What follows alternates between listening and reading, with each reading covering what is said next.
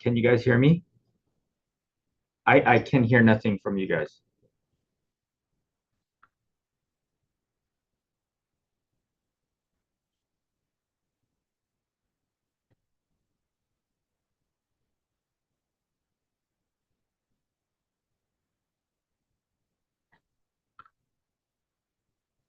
Sorry, my 8 o'clock meeting ran a little long, so I wasn't able to drive over.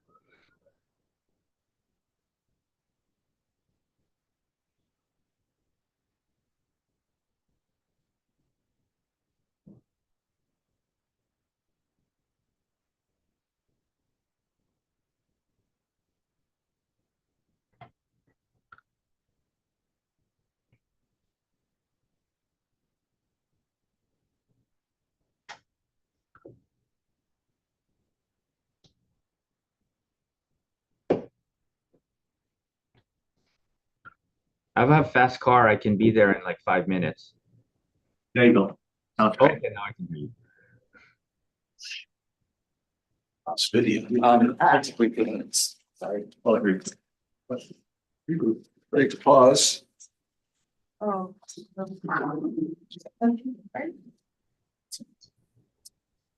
Oh, because there's no one.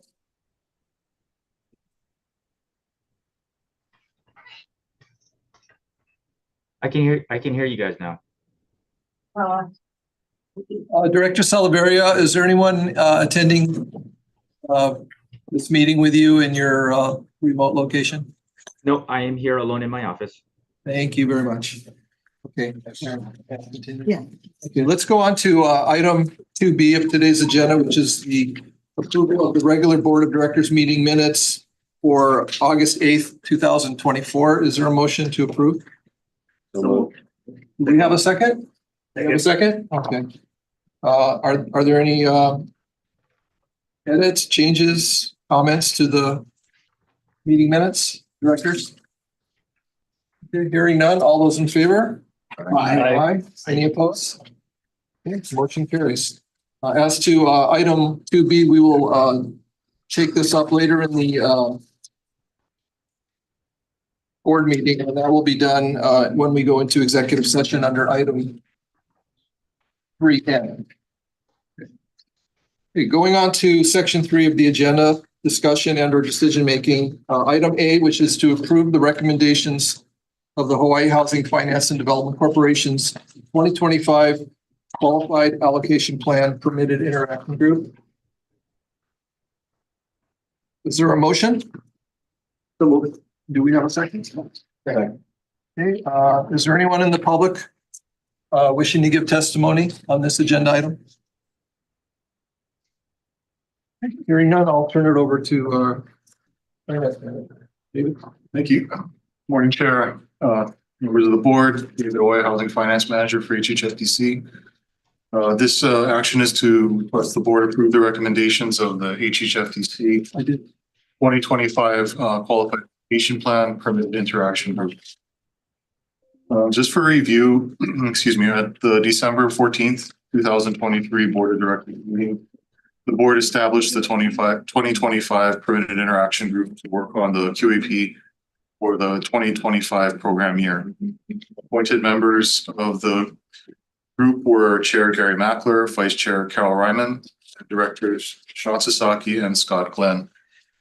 The Permitted Interaction Group conducted 6 meetings, the dates of which are listed in section 2E of the for action. On August 8th, 2024, a report of the findings and recommendations of the Permitted Interaction Group were presented to the board. That recommendation is attached as Exhibit A of the for action. The detail on the recommendations are to adopt the non-substantive changes as recommended, incorporate design requirements appendix, modify the plan and cost requirements for applicants, modify the developer fee calculation methodology, incorporate a structure to address past performance by applicant developers regarding additional resource and extension requests, develop approved applicant project cost ranges, remove the scoring criteria for efficiency and leveraging while replacing it with new criteria to disincentivize the quote unquote race to the top. Also to consider additional incentives for projects on state and county lands, and to simplify the point structure and calculations for the project minimum election set-asides. Staff recommends that the HHFDC Board of Directors approve the recommendations of the 2025 Qualified Allocation Plan Permitted Interaction Group and to authorize the Executive Director to undertake all tasks necessary to effectuate the purposes of this action. David, directors, do you have any questions or discussion on this agenda item? Okay, if not, all those in favor of the recommendations signify by saying aye. Aye. Aye. Any opposed? Hearing none, the motion carries. Thank you. Going on to item 3C. Excuse me. B, pardon me. It's back up there. I lost my tab.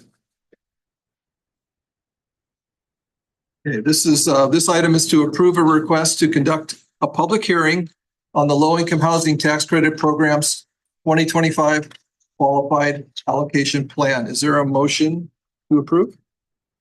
So moved. Thank you. Is there a second? Second. Is there anyone who would like to provide testimony? If not, back to you, David. Thank you, Chair. Again, this request is to request the board's approval to conduct a public hearing on the low-income housing tax credit or LIHTC program's proposed 2025 qualified allocation plan. So section 42 of the Internal Revenue Code requires that each state housing agency allocate low-income housing tax credits in accordance with a qualified allocation plan. So QAP will set forth the criteria to evaluate and allocate tax credits to projects which best meet the housing needs of the state and the preferences which are required per section 42, as well as the procedure to monitor projects for compliance within the provisions of the LIHTC program. As required by section 42 of the code, the QAP must go through a public hearing process. The proposed 2025 QAP is attached to this for action as Exhibit A. Staff is seeking the authorization to conduct a public hearing to accept public comments on this QAP. As an overview, the QAP currently, in its current form for 2024, contains 20 criteria used to score the projects in a competitive manner. Criteria reflect the requirements of section 42 of the code, as well as the housing priorities for the state of Hawaii. In addition to this, there are 14 minimum threshold criteria which must be satisfied for applicants to be considered for an award. The following are a brief summary of the changes for the proposed 2025 QAP. So in section 3A, the registration and current application section, submissions must identify an entity as an applicant. If awarded, the applicant or an affiliate will be required to become a managing member or a general partner of the ownership entity. Under the section 3B for minimum thresholds, one of the changes proposed are adding a design and requirements appendix, removing Tool 1H approval as a minimum threshold, which would now be scored as a readiness criteria, requiring a preliminary engineering report for all new construction applications. Plan and cost review, applicants will utilize a third party to prepare an estimate, which may no longer be a related general contractor. However, this work does not include the vertical construction. For developer fee, modifications to the calculation would be that the maximum developer fee of $50,000 per unit or $3.75 million, whichever is less for new construction. For rehabilitation projects, the maximum developer fee would be 40% of the rehabilitation hard costs, excluding developer fee, or $3,750,000, whichever is less. As for the minimum affordability period, proposals is that all owners will be required to waive the request for qualified contract. For development costs, it is proposed that HHFDC will post a limit for what applications can show for vertical construction costs. HHFDC would also determine the amount of other budget line items on several factors.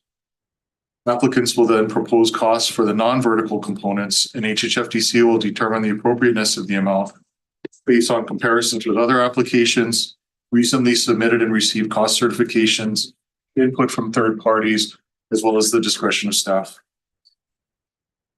Moving on to section 3D, the criteria points scoring system. Among the changes are criterion 1A and 1B for efficiency and leveraging would be removed. Criterion 3, reasonableness of development costs would be removed. State and local government support specified under criterion 8. This would be broken off into a separate point scoring opportunity in its own criteria, which would be criteria 6, state, local government owned land would be its own, again, criteria for scoring.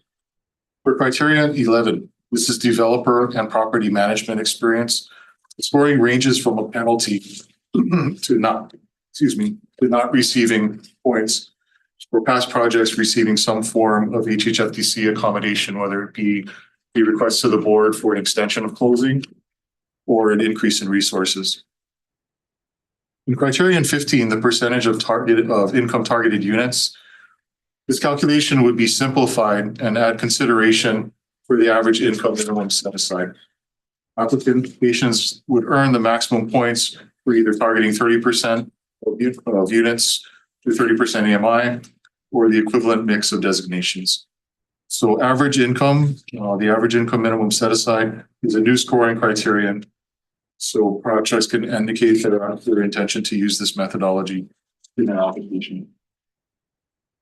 So criterion 20 was previously a point scored item. That's the waiver of the qualified contract. Again, that would be removed. All applicants would now be required to waive the qualified contract. In terms of new scoring criterion that we would like to add to the QAP, proposal is a point scoring opportunity for building in underserved areas. Also, building in census tracts that show concentrated wealth. Criterion 20 would be also a new scoring criterion. This is loan repayment. So this would be based on scoring incentive for repaying a rental housing revolving fund loan quickly and completely throughout its affordability period. There's also a scoring opportunity for state conveyance. This would be scoring based on the willingness of the owner to sell the property in the future to a state government agency. Also, the need for rehabilitation would be a scored criteria. Scoring would be based on the extent to which an award would improve the resident's quality of life after the rehabilitation. Criterion 3 is proximity to listed amenities.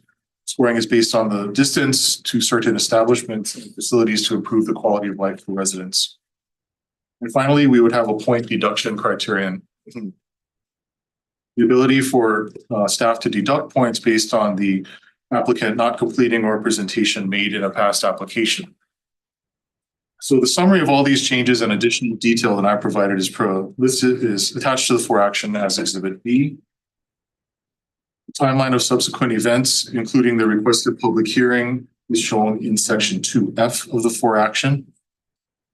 Right now, if the board would approve, the tentative date for a public hearing would be October 17th, 2024. The information will be published as required as appearing on the HHFDC website with a new landing page created for the QAP. Staff will then review suggestions and comments received at the public hearing and prepare a recommendation to the board regarding the proposed amendments for the final QAP. Staff is recommending that the board approve the following: authorize the executive director or his designee to conduct a public hearing on the proposed 2025 QAP, and authorize the executive director to take all action necessary to effectuate the purpose of this for action. Did want to mention also that I mentioned that we did set up a new landing page on the HHFDC website for the QAP that should be active later today. So we will be posting updates, proposed changes, the exhibits in this for action for public hearing comment as well. Directors, questions for David? Anyone? Before we call for the question, I just want to say there are a lot of stakeholders in this room and watching today's meeting, and there's a lot of proposed changes to the QAP, and we want to encourage you to review it carefully and to provide us with your thoughts, ideas, your comments, your criticisms, whatever the case may be. We'd like to hear from you. So please take the time to do that. And with that, I would like to call for the question. All those in favor? Aye. Aye. And are there any opposed? If not, motion carries. Thank you.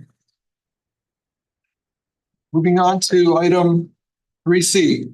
This is a for action to approve resolution number 206, authorizing the issuance of Hula Home multifamily tax exempt revenue bonds for the Hale Moiliili 2 project located in Kihei, Maui, TMK number 23-9-002-076 CPR Unit C. Is there a motion to approve? Do we have a second? Second. Thank you, Sean. Is there anyone in the public who would like to offer testimony on this agenda item? Hearing none. Back to you, Dave. Thank you, Chair. Members of the board. Again, this request is to approve Resolution 206, which authorizes the issuance of Hula Home tax exempt revenue bonds for the Hale Moiliili 2 project in Kihei.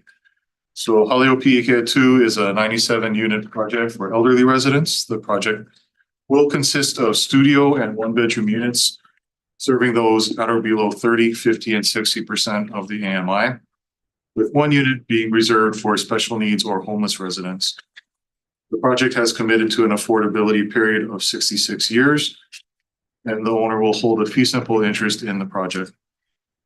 On August 11th, 2022, the HHFDC board awarded the following for the project: $23,500,000 in tax exempt private activity bonds from the Hula Home multifamily program, $1,889,230 from the federal LIHTC credits over 10 years, and $1,889,238 in state LIHTC over 5 years, as well as an RHRF loan of $14,065,000. On April 11th, 2024, the board approved increases to the LIHTC and HMMF boards, a total up to $27,500,000 in Hula Home multifamily tax exempt bonds, and $2,207,334 in federal LIHTC over 10 years and state LIHTC over 5 years. The final terms of the RHRF loan were also amended too. The principal did remain unchanged at a limit of $14,065,000. The term of the RHRF loan was amended to 54 years.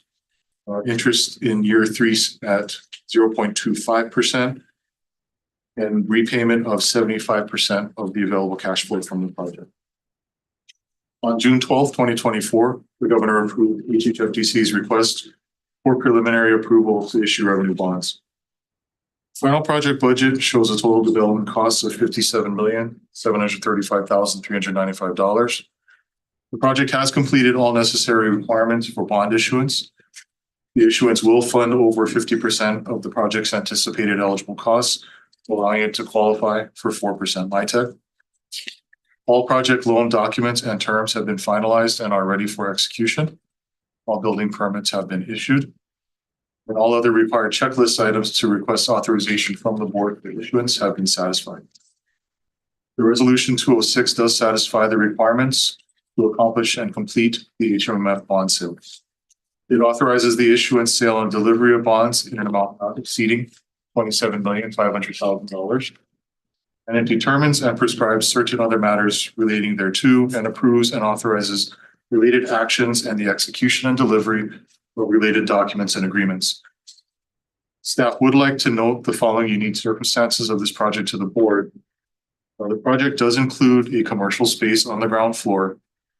The internal space of the commercial portion will be transferred to the purchaser of said space, Party Kraus Kihei 2 LLC, once the project is completed, it converts to permanent financing. The ground level structure, components, and underlying real property will remain with the project. It is only the internal usage space that is being transferred to the new buyer. Said buyer has contributed $2,989,103 as a source of funds for the project, which is shown in section 3C of the for action. All the facts of this transaction and other details are contained in a joint development agreement between the awardee and Key A2 LLC, as well as any subsequent amendments to the agreement. This release of the commercial portion from the project after construction is completed will be approximately 2 years from the financial closing, which is anticipated in October of this year. This is an unusual circumstance in that staff will be required to return to the board at that time, at the time of completion, and the time to request the release of this portion to the new buyer.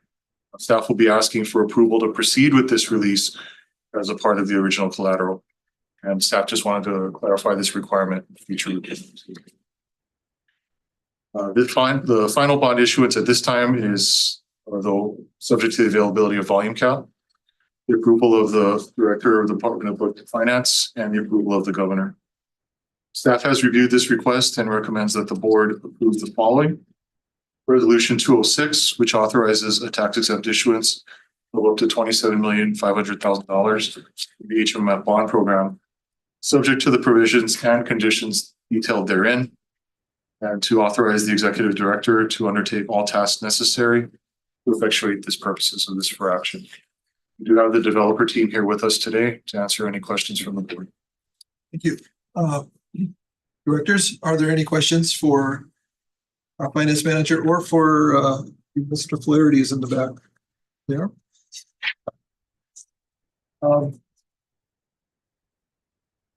No questions. Okay, well, all those in favor of the motion signify by saying aye. Aye. Are there any opposed? Hearing none, motion carries. Thank you. Going on to item 3D, which is to approve resolution number 207, which provides for official intent with respect to the issuance of Hula Home multifamily tax exempt revenue bonds.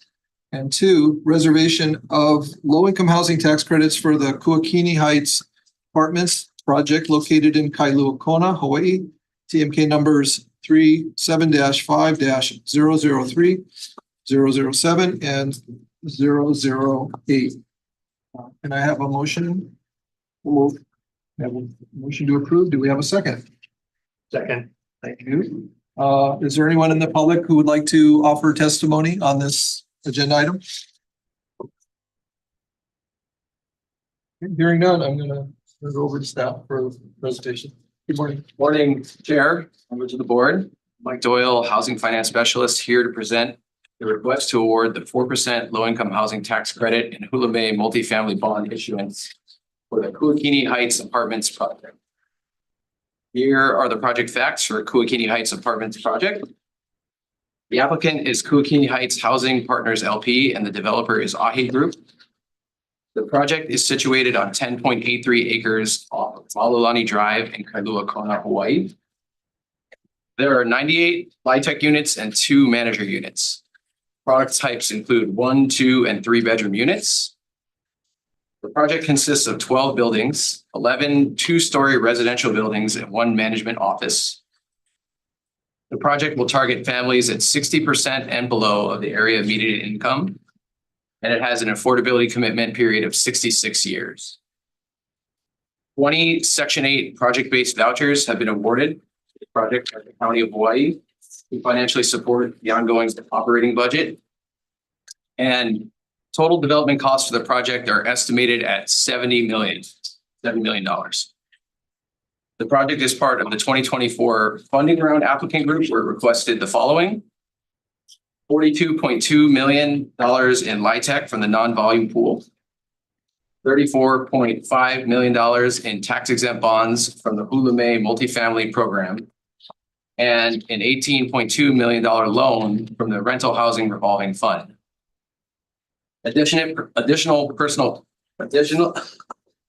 Additional permanent capital resources for the project include $1.3 million in deferred developer fee and $1,000 in sponsor equity.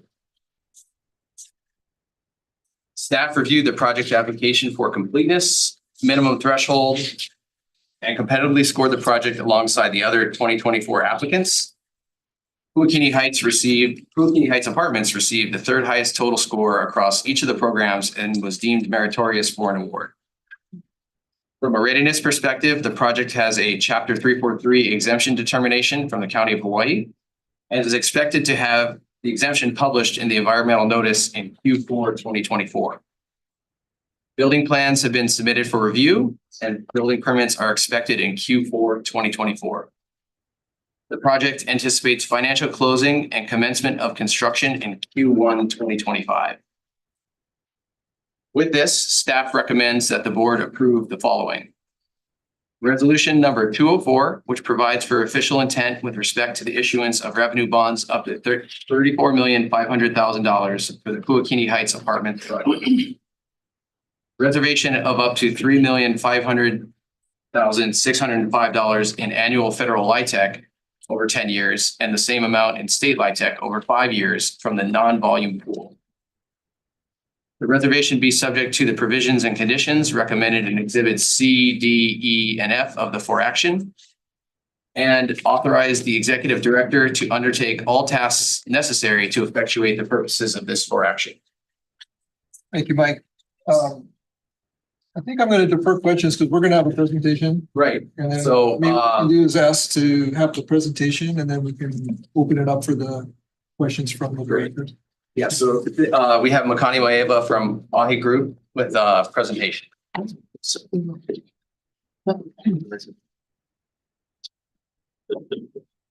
Good morning, Chair, members of the HHFDC board. Thanks for having us here this morning. I also note in the audience is Joelle Chu, who's also on staff with Ahi Group and a partner in this transaction. I'll just walk you quickly through Kuakini Heights. This is a background on Ahi Group. We have 24 properties now, 2,067 units, and we serve about 4,500 people.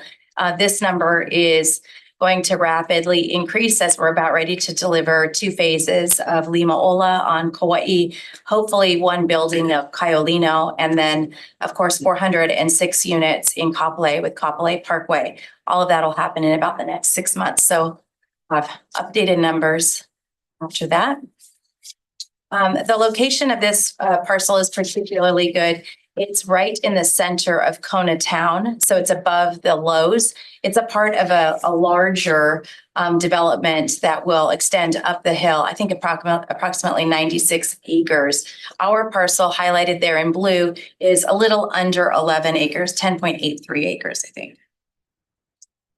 We had site control of this property in 2021. We actually were awaiting water. So as you all know, water on the Big Island is really what the push point is here. So we began some of the pre-development activities, third-party reports, et cetera. And then in 2022, we were awarded Section 8 vouchers.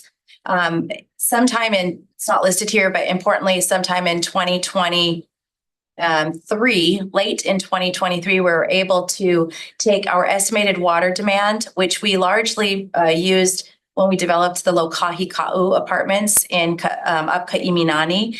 And we have 10 or 15 years of operating data, which help us to determine the amount of overall water units that we needed. And we entered into negotiations and secured the water capacity for this property.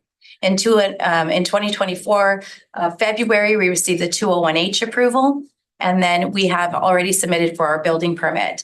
The County of Hawaii is active and anticipated our application, is committed to reviewing our application in 3 months.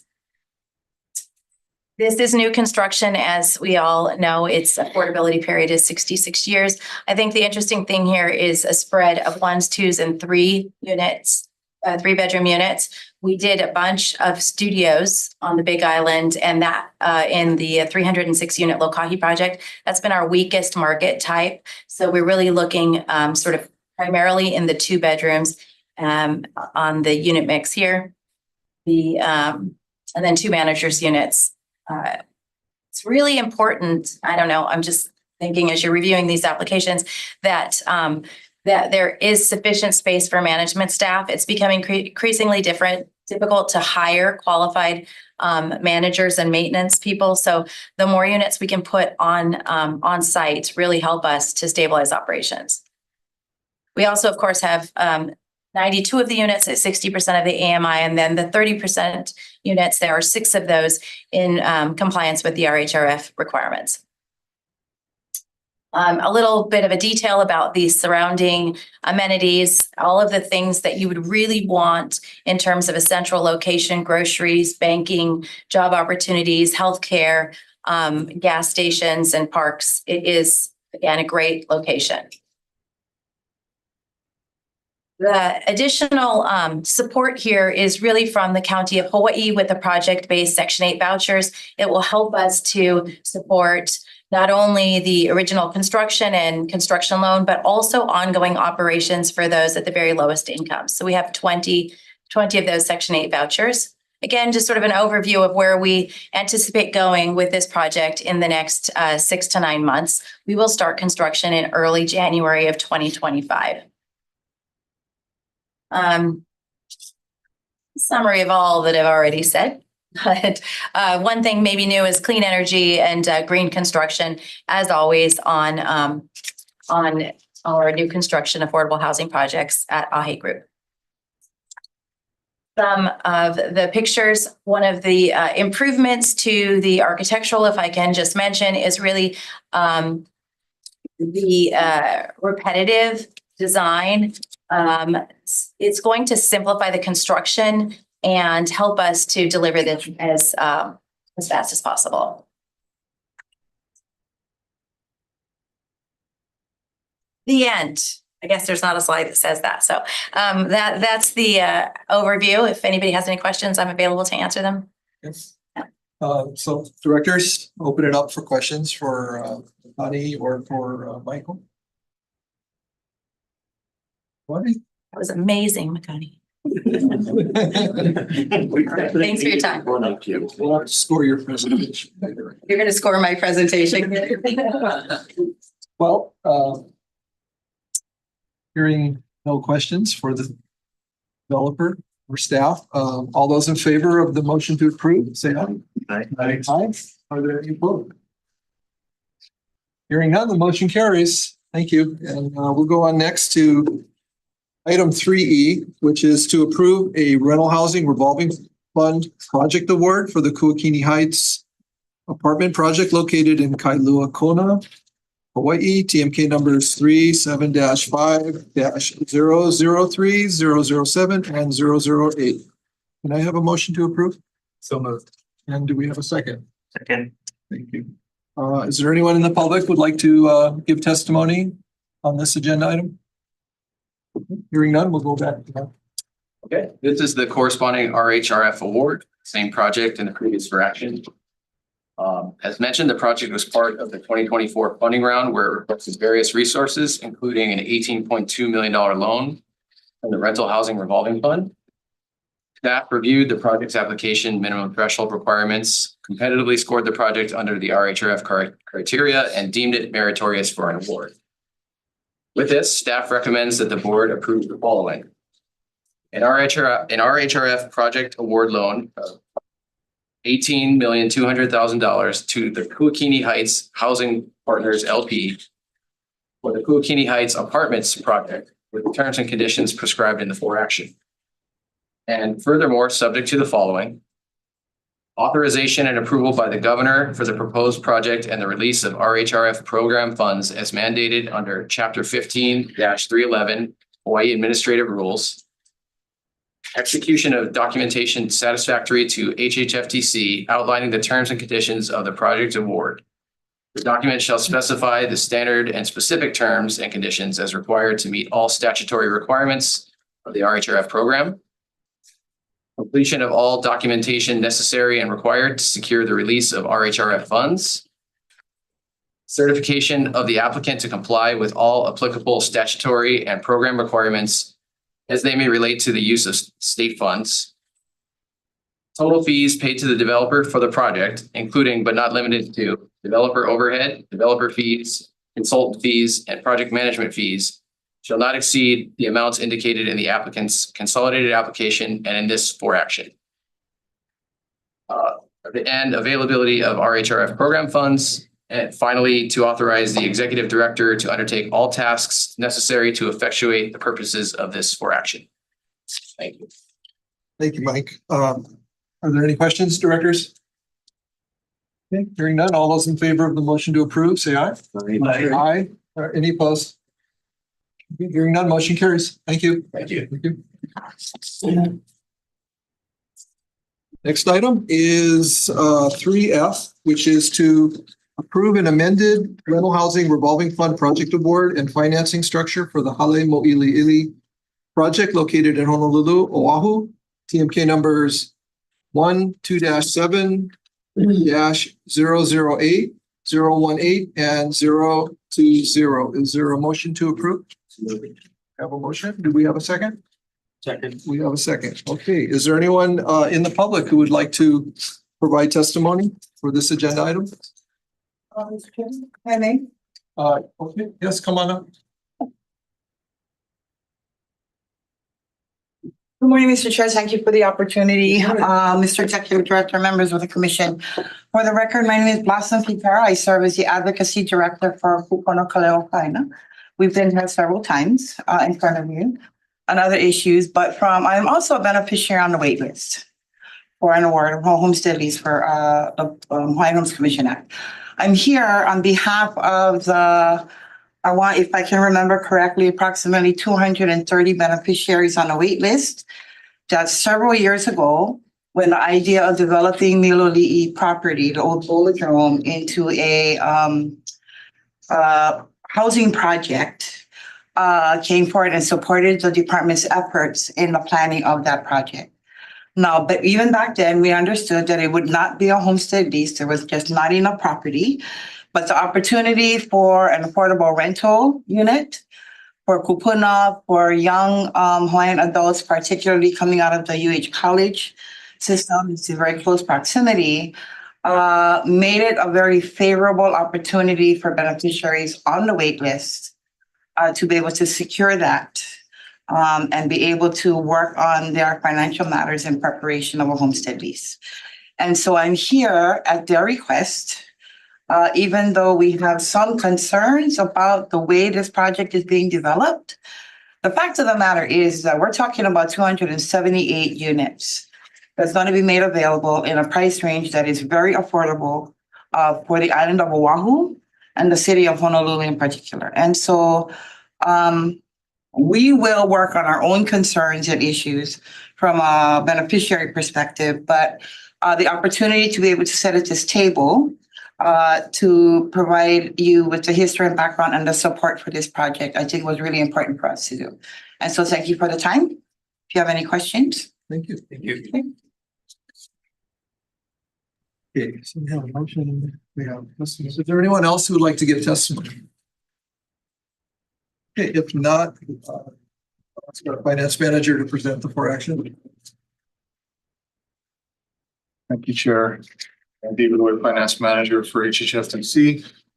Yeah, this request is to approve an amendment to the Rental Housing Revolving Fund Award for the Hale Moiliili project located in Honolulu. Again, this is a 278 unit project in Honolulu at 820 Eisenberg Street, the site of the former Bolodrome, which had originally opened in 1955 and closed in 2004. The project itself consists of studio 1, 2, and 3 bedroom units. 194 of those units, or 71%, will serve residents earning up to 30 or 60% of the area AMI. And the remaining units will serve residents earning up to 80 or 100% of the AMI. All rental units will be reserved for Department of Hawaiian Homelands beneficiaries. And Hale Moiliili will be a leasehold project with a total project area of 257,314 square feet on land owned by the Department of Hawaiian Homelands as acquired from DLNR in 1995. The project was the winning proposal selected in September 2020 in response to an RFP issued by DHHL in 2019. The project's developer is Stanford Car Development, and Hawaiian Dredging Construction Company is the contractor. On November 10th, 2022, the HHFDC board awarded the following to Hale Moiliili: $80 million in tax-exempt private activity bonds from the Hula Home multifamily bond program, $4,721,728 in annual federal LIHTC over 10 years and $4,721,728 in state LIHTC over 5 years. A board action also formalized as a project award the legislative cash infusion of $41,500,000 to the Rental Housing Revolving Fund for the loan to benefit the project. On May 28th, 2024, the board approved Resolution 200 authorizing the issuance of up to $80 million in tax-exempt Hula May private activity bonds.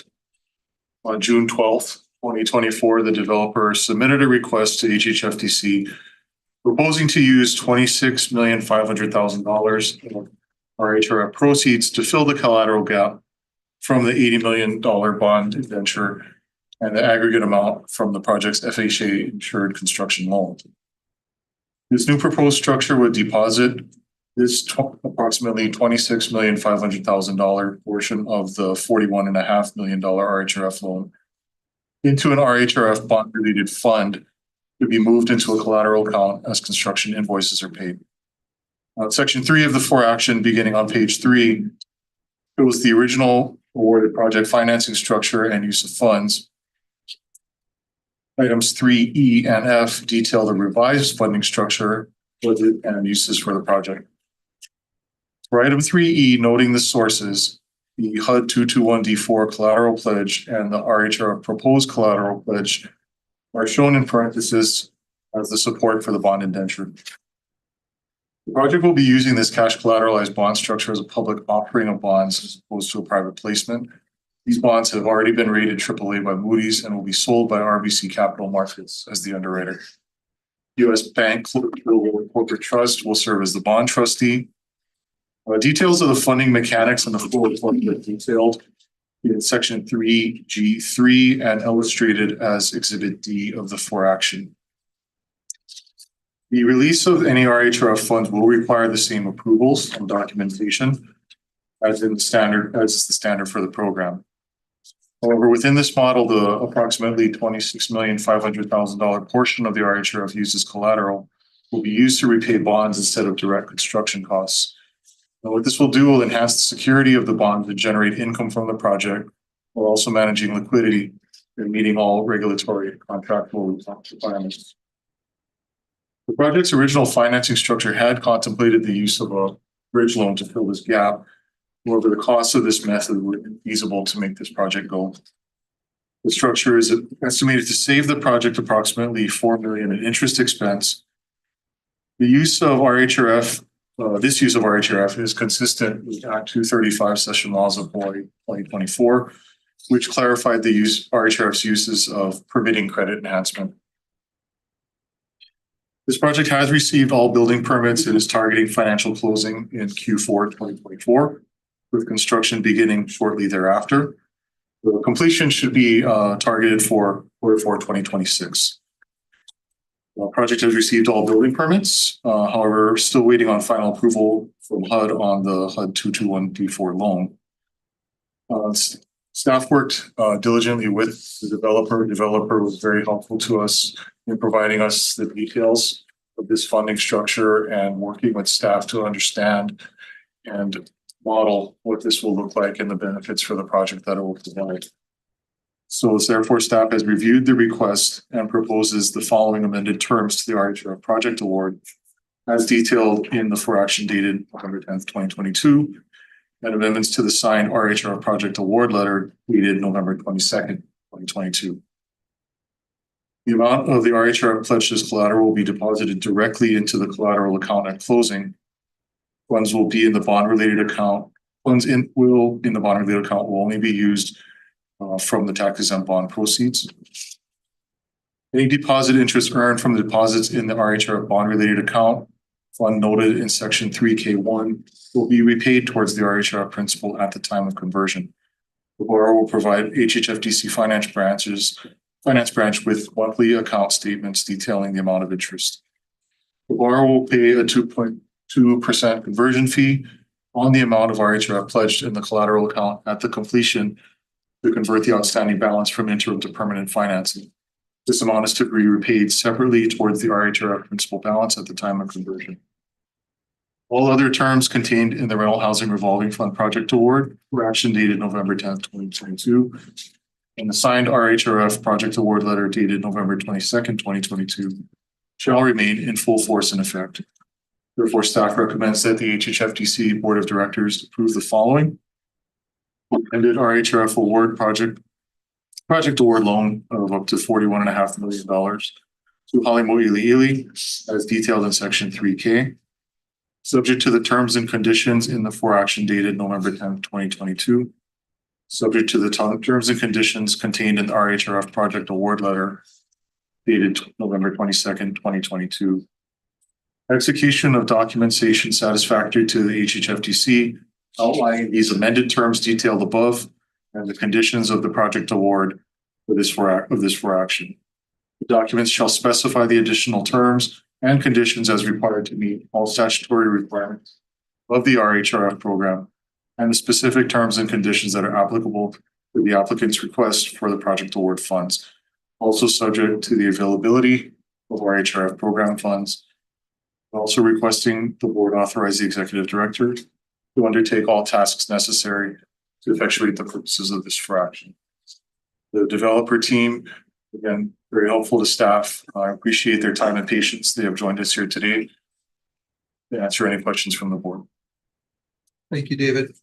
Directors, do you have any questions for David or for the development?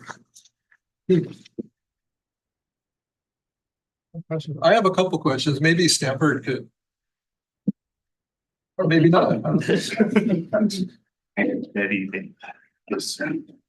And so who was responsible for that flow chart, man? That thing. I'm guilty of making that. Was that your? Yes, sir. That was me. Okay, so My apologies. Could you help fill us in? Because I recall back in late May, we held a special meeting for this project to help expedite your bond close. So between the end of May and September 12th, could you just share, because I didn't see anything in the for action or in your communication that referenced what's happened to bring us here today. Yes, sir.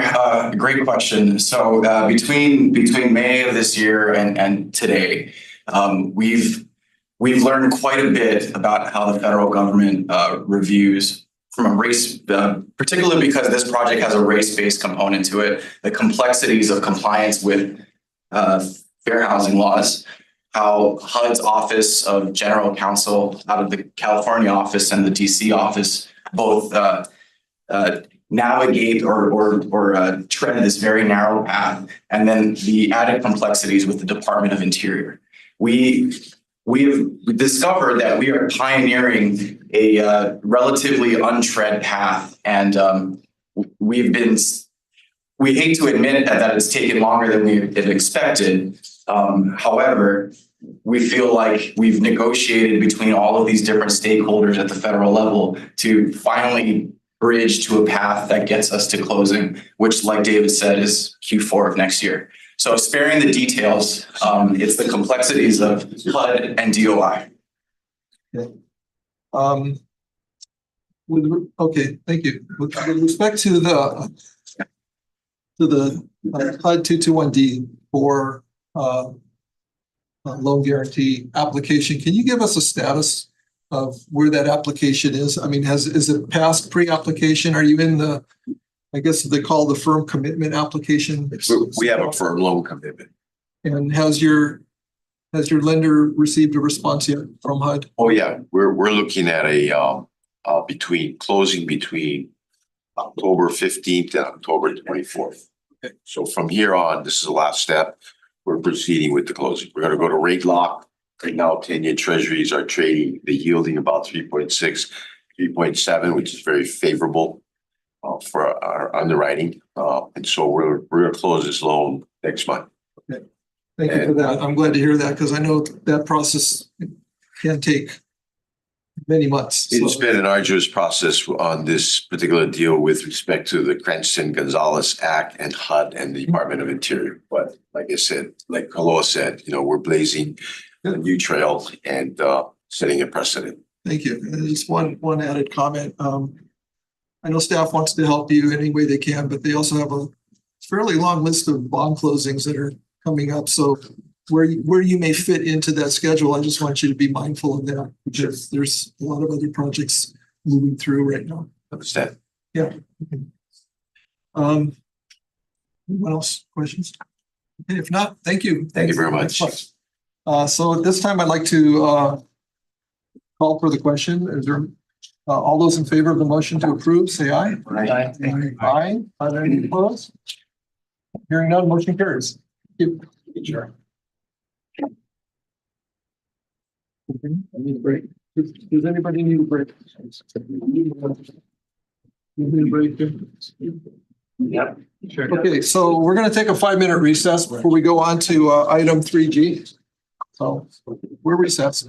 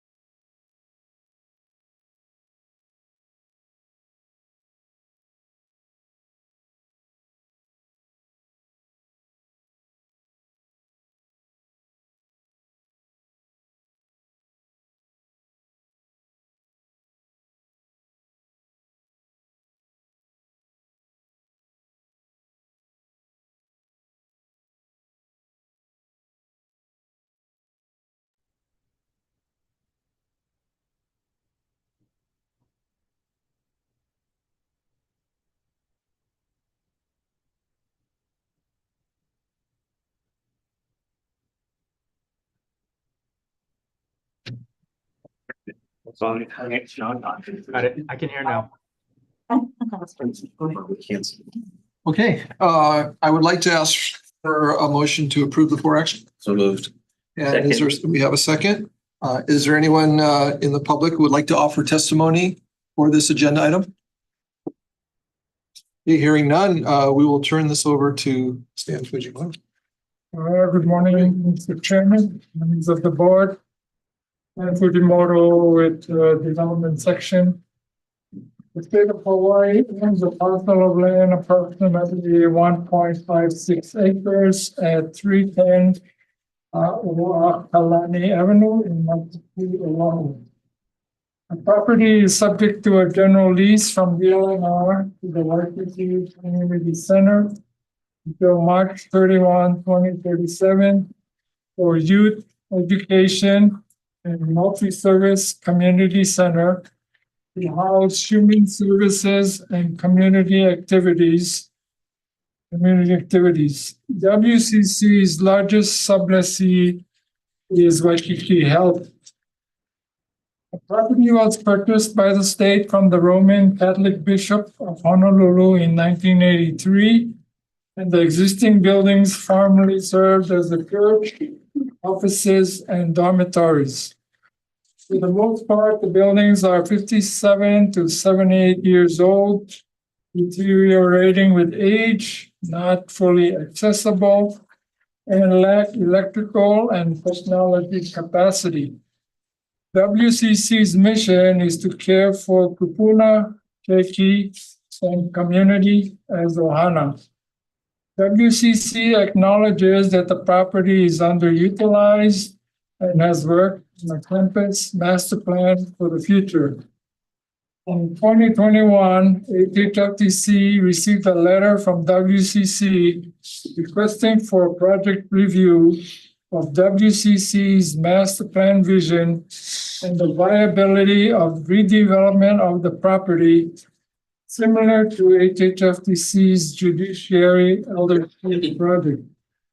HHFDC and WCC have negotiated a draft MOA, and this 4 action seeks approval of the MOA, which is based upon the following development concept. The existing WCC and Waikiki Health buildings will remain where they are. The area where the preschool is could be redeveloped into a new project tower, consisting of a preschool and WCC-related uses on the first few floors, parking above the preschool and WCC-related uses, and affordable family rental housing above the parking. The existing general lease with WCC would be concurrently canceled, and a new interim ground lease would be executed. HHFDC will issue a request for proposal for the master plan, HRS Chapter 343, Environmental Assessment Compliance, and leasehold development of the new project tower. The RFP developer will subdivide or CPR the land separating the new project tower from the other existing WCC buildings and CPR the WCC-related uses and the family rental project in the new project tower. After the land for the new project tower has been subdivided from the other existing WCC buildings, HHFDC will request for a set-aside of the area for the new project tower, subject to the interim ground lease. WCC will raise sufficient funding for the WCC-related uses in the new project tower. After WCC has raised most of its funds, the RFP developer will seek HHFDC financing for the family rental project in the new project tower. At the closing of the construction financing for the new project tower, interim ground lease with WCC would be canceled, and HHFDC will issue new ground leases to WCC for the WCC-related uses and to the RFP developer for the family rental project in the new project tower. DLNR will also issue at that time a new interim ground lease to WCC for the land under the other existing WCC buildings. The RFP developer will develop the new project tower, and WCC and its sublessees will develop the other existing WCC buildings in the future. This for action also requests approval of all activities required of HHFDC to develop the project and to request approval from DLNR of all applicable activities required for development of the project as approved by the executive director. This for action also requests approval of a budget of up to $5 million in their funds for an interim loan to the RFP developer for pre-development expenses. Major terms proposed for the DIRT loan are as follows: 5% interest per annum compounded annually, 2 points loan fee, loan term of 5 years with 2 options to extend at 1 year per option, at 1% of the total loan amount per extension, unless otherwise further extended at the discretion of the executive director. The security for the DIRF loan is proposed to be the interim ground lease to WCC. The DIRF loan will be forgiven if the project is determined to be unfeasible due to factors beyond the control of the developer as approved by HHFDC. In summary, this for action seeks approval of the following for the planning and leasehold redevelopment of a portion of the Waikiki Community Center property in Waikiki, Oahu, substantially as described in this for action. MOA with WCC, set aside of a portion of the property to HHFDC.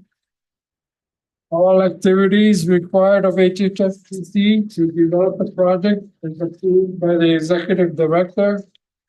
Request for approvals from BLNR of all applicable activities required by BLNR to develop the project as approved by the executive director, and a budget of $5 million from the DIRT funds for an interim loan to the RFP developer for pre-development expenses, subject to the following: approval of the MOA by BLNR, consent to the use of the interim ground lease as security for the DIRT loan, availability of DIRT funds, and governor's release of their funds.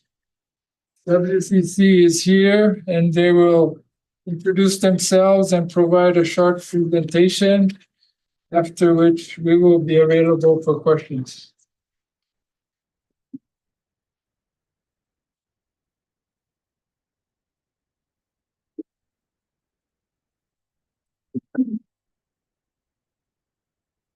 Yeah. Before I get started, I just want to thank the director and the staff for the time they've dedicated to working with us on this project. Really appreciate that. So my name is Caroline Hayashi, and I'm the president of Waikiki Community Center. And I'm actually just representing a team, some of which are here today. I just want to acknowledge that George Atta, Jennifer Lim, and Susan Todani, some of our board and committee members are here today to support the project. So Waikiki Community Center's mission is to care for our kupuna, keiki, and community as ohana. And we've been doing this for over 46 years on this same site. We meet people's holistic needs, which means mind, body, heart. And whether it's navigating resources for low-income kupuna or providing quality preschool education for low-income keiki, we know that people have multiple needs that need to be met. And actually, one of the biggest needs we've seen, especially in the last couple of years, has been affordable housing. And that is what brings us here today. So if you look at our current site, you can see that we are low-rise buildings surrounded by high-rise neighbors. And this really highlights the extreme underutilization of the site. So as our buildings end their useful lives, we really see the opportunity to both meet the critical need for affordable housing that we see every day amongst our kupuna and families, and to combine that with the supportive programs and services that we currently offer to create a synergistic and truly comprehensive community center. So our future vision for WCC includes affordable housing and also flexible multi-purpose community gathering space with holistic services that would help both our affordable housing residents as well as the surrounding community to really thrive. And we've come to this vision through the Waikiki Community Center Board has engaged in a several-year strategic visioning process, as you can see here, that has ended most recently in July with a presentation to the Waikiki Neighborhood Board. We received a lot of support for this project.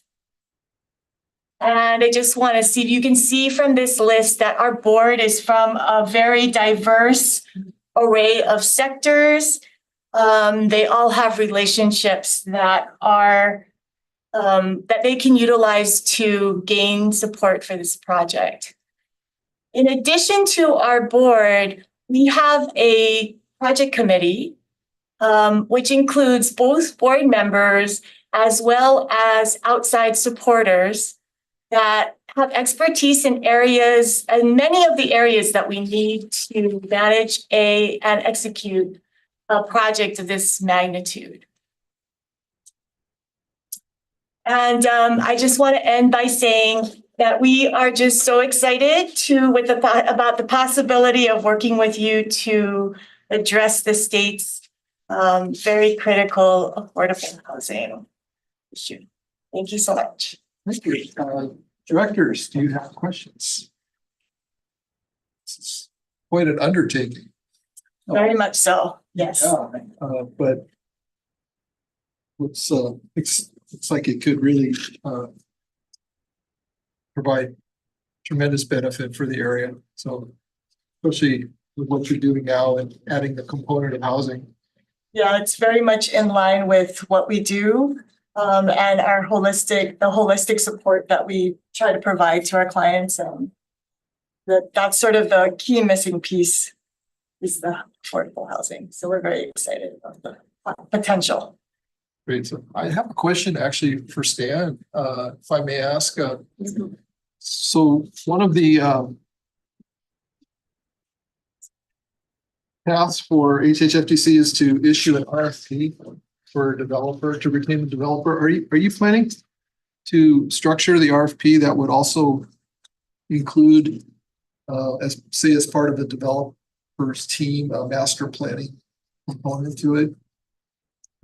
I wasn't real clear when I was reading through or actually if it was two RFPs or one RFP for both disciplines, if you. One RFP for everything, master plan, Okay. entitlements, planning, Okay. and development, Okay. and So, ownership and operation of the affordable housing component. so the budget requests will cover the pre-development expenses. It's because of the this RFP is in a way different. We're requiring the developer to do the compliance with 343 environmental assessment. Yep. If whatever is required. Okay. And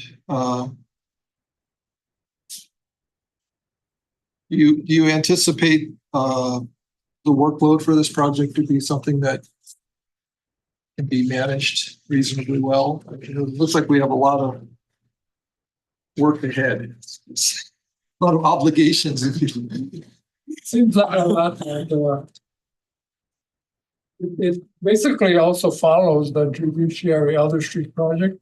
Oh, okay, So we've done it before. okay. I mean, although the project manager left, but Well, we kind of have an understanding of what needs to be done step by step. okay, Working in this case, working together now. great. Well, it looks like you have assembled a really great team yourself for your programs, and I think it'll be a great opportunity to work together. Thank you. Yeah, thanks, Dan. Anyone else have a question? Okay, if not, all those in favor of the motion to approve, please say aye. Aye. Aye.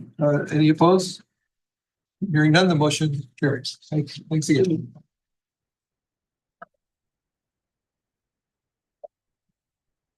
Next up is item 3H, which is a for action to approve one, a dwelling unit revolving fund budget for project expenses, and two, potential revision of the affordability terms and affordable sales price limits for the 803 Waimanu for sale condominium project located in Kaka'ako, Oahu, TMK number 12-1-049-084. Is there a motion to approve?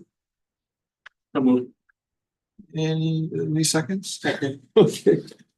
Is there anyone would like to give testimony on this agenda item?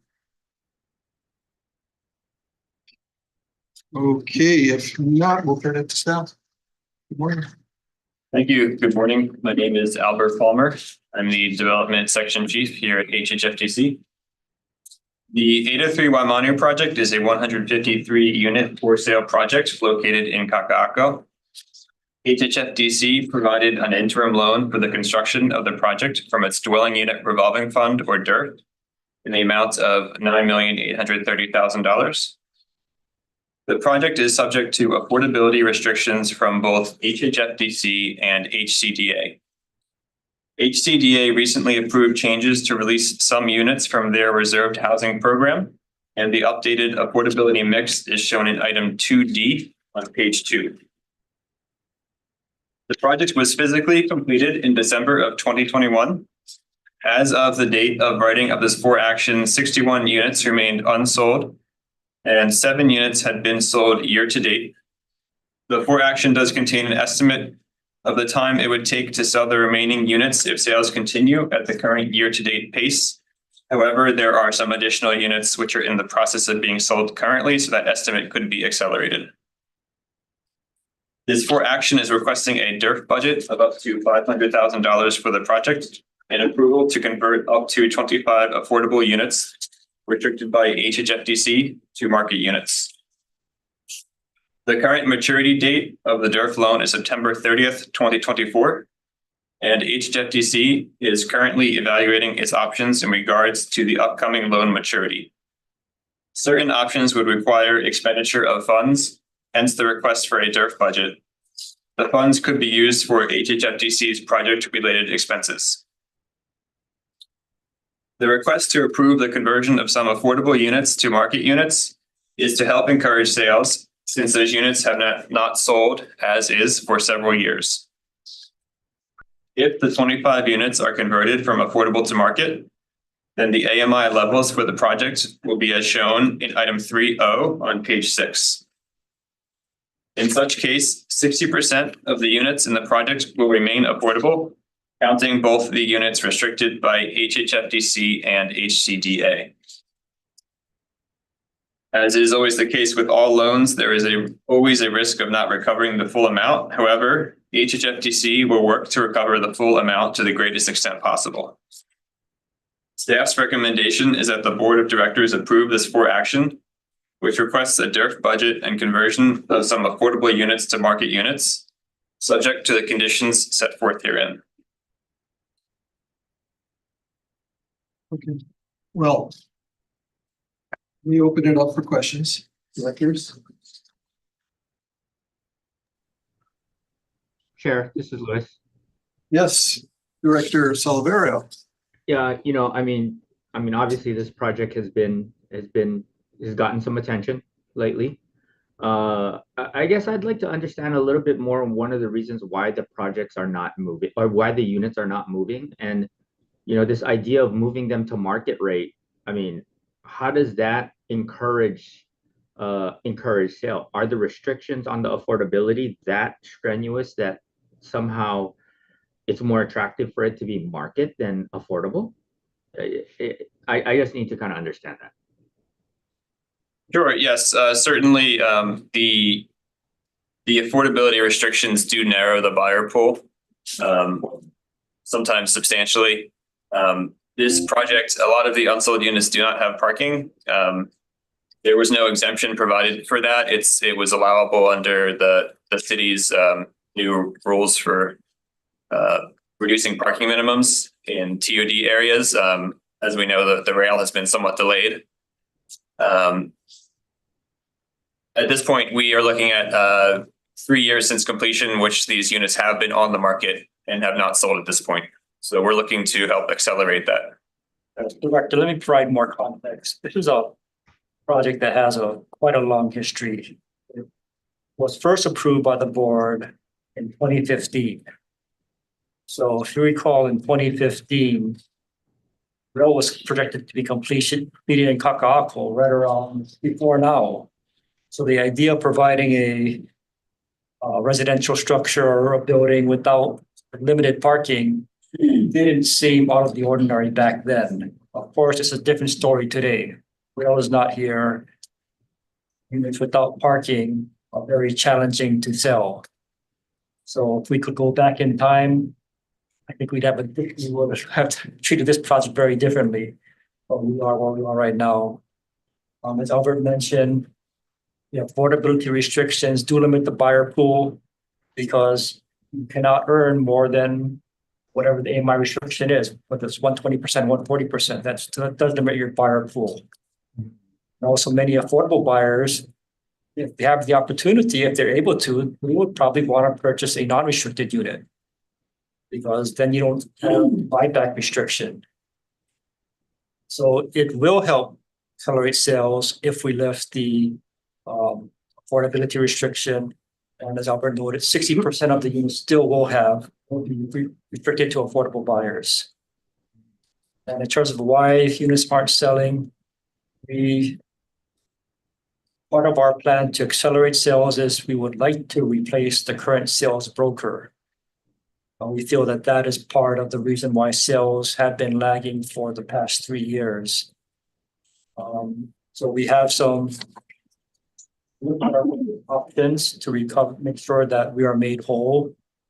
And I'll just leave it at that, but we do have several options that we are exploring.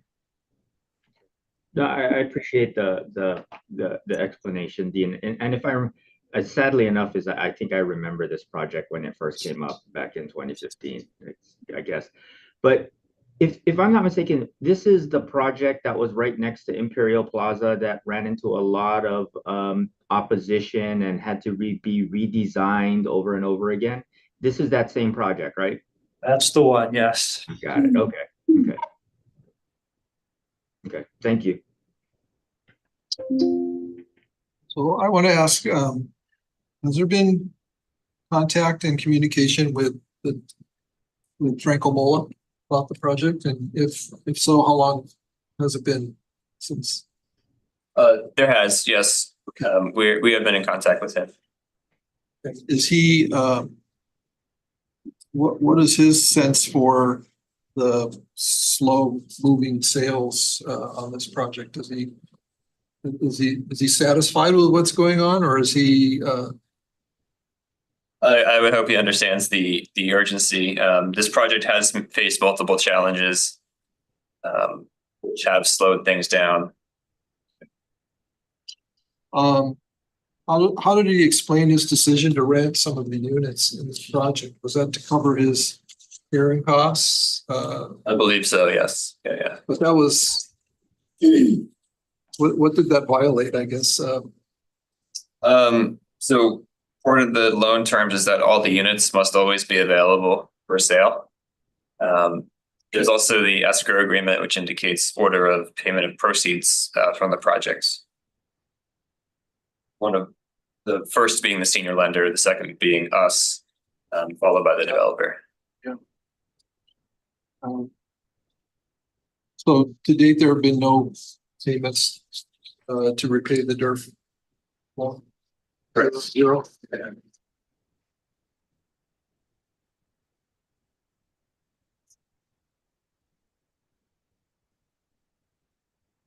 Been any discussion about adjusting the prices for the units? In terms of making them more attractive to sell? Is there any room there, I guess is my question. Sure, yes, that's one of the things we're trying to do now is with moving some of them to market. We have more flexibility on the pricing versus the buyer income for those units. Excuse me, Mr. Chair, I'm sorry for interrupting, but is there a possibility that I could share some information about? I will, if you can hold on, I'll allow you to give testimony Thank you. after the questions from the board.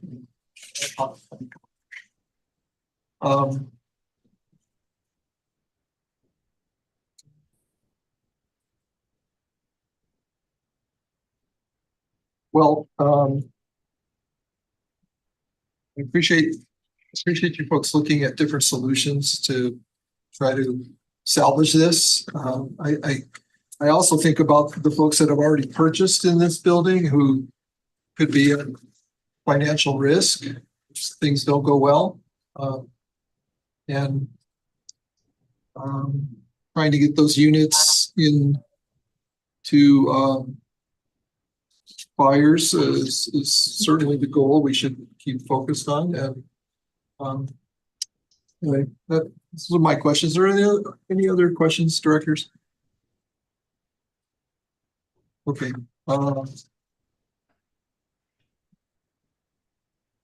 Before I call for the question, I'll go ahead and ask for testimony. If you'd like to come. Thank you, Mr. Chair.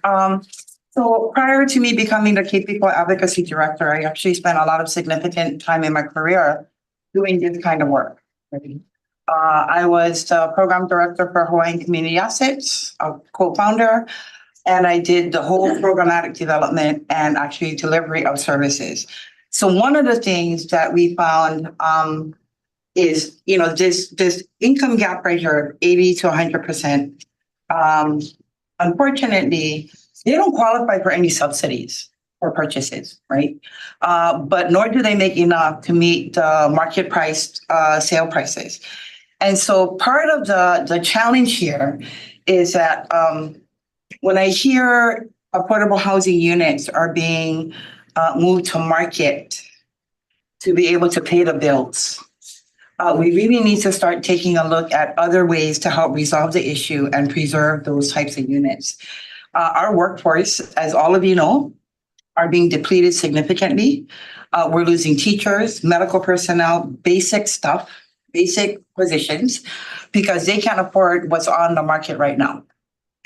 And so one of the solutions that we found in trying to address the issue of getting people in the door and qualify for these sales is a very robust outreach process. And it has to be face-to-face. In our work with the Waikiki project, we have teachers, we have nurses, we have dentists, right? We even have the coffee barista that lives there. But what we did, instead of relying on them to make the decision, is we went to the Department of Education. They have a housing program there. Did anybody from this developer approach the DOE and offer those units, right? Because these teachers fit very well into that income range. The same thing with the medical community, right? Kaiser, HMSA, all of the hospitals, they're frontline workers, right? They're they're nurses, they're LPNs. They all make money. Their income range is within that income frame. And so if we don't take a step to try and get our workforce involved in projects like this and continue to be forced to take these affordable housing units and make them market, we contribute to the outmigration of our local families and our workforce, and very important and key parts of our workforce. Okay.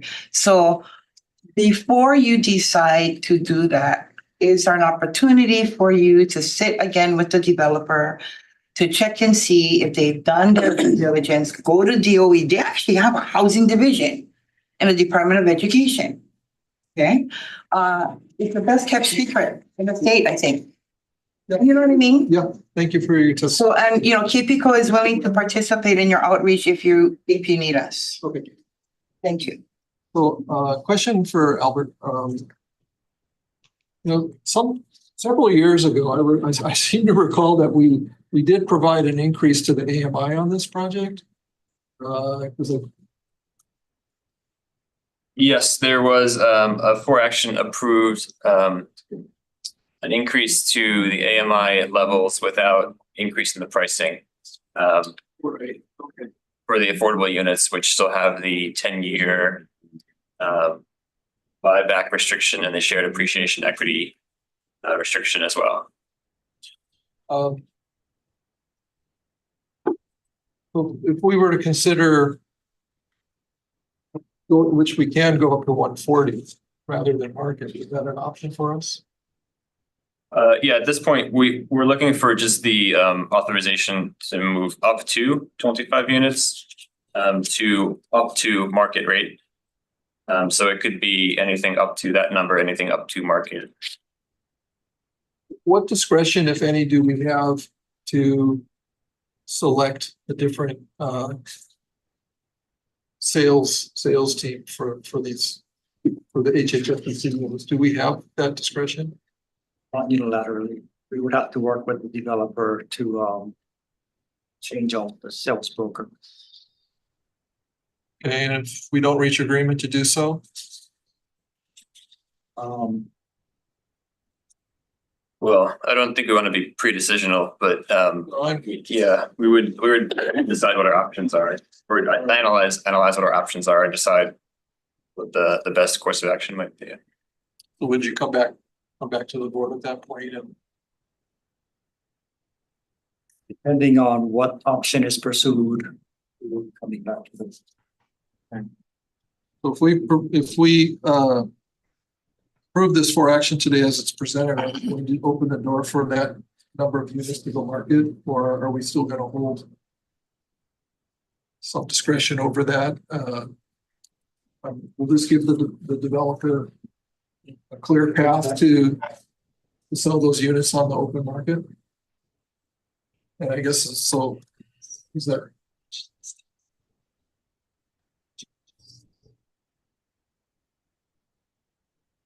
Right, so I guess my question, and I'm just saying it out loud, do we want to go there today before we go back and look at other solutions or options? I would like to go ahead today with allowing those 25 units to go to market rate. Have that flexibility.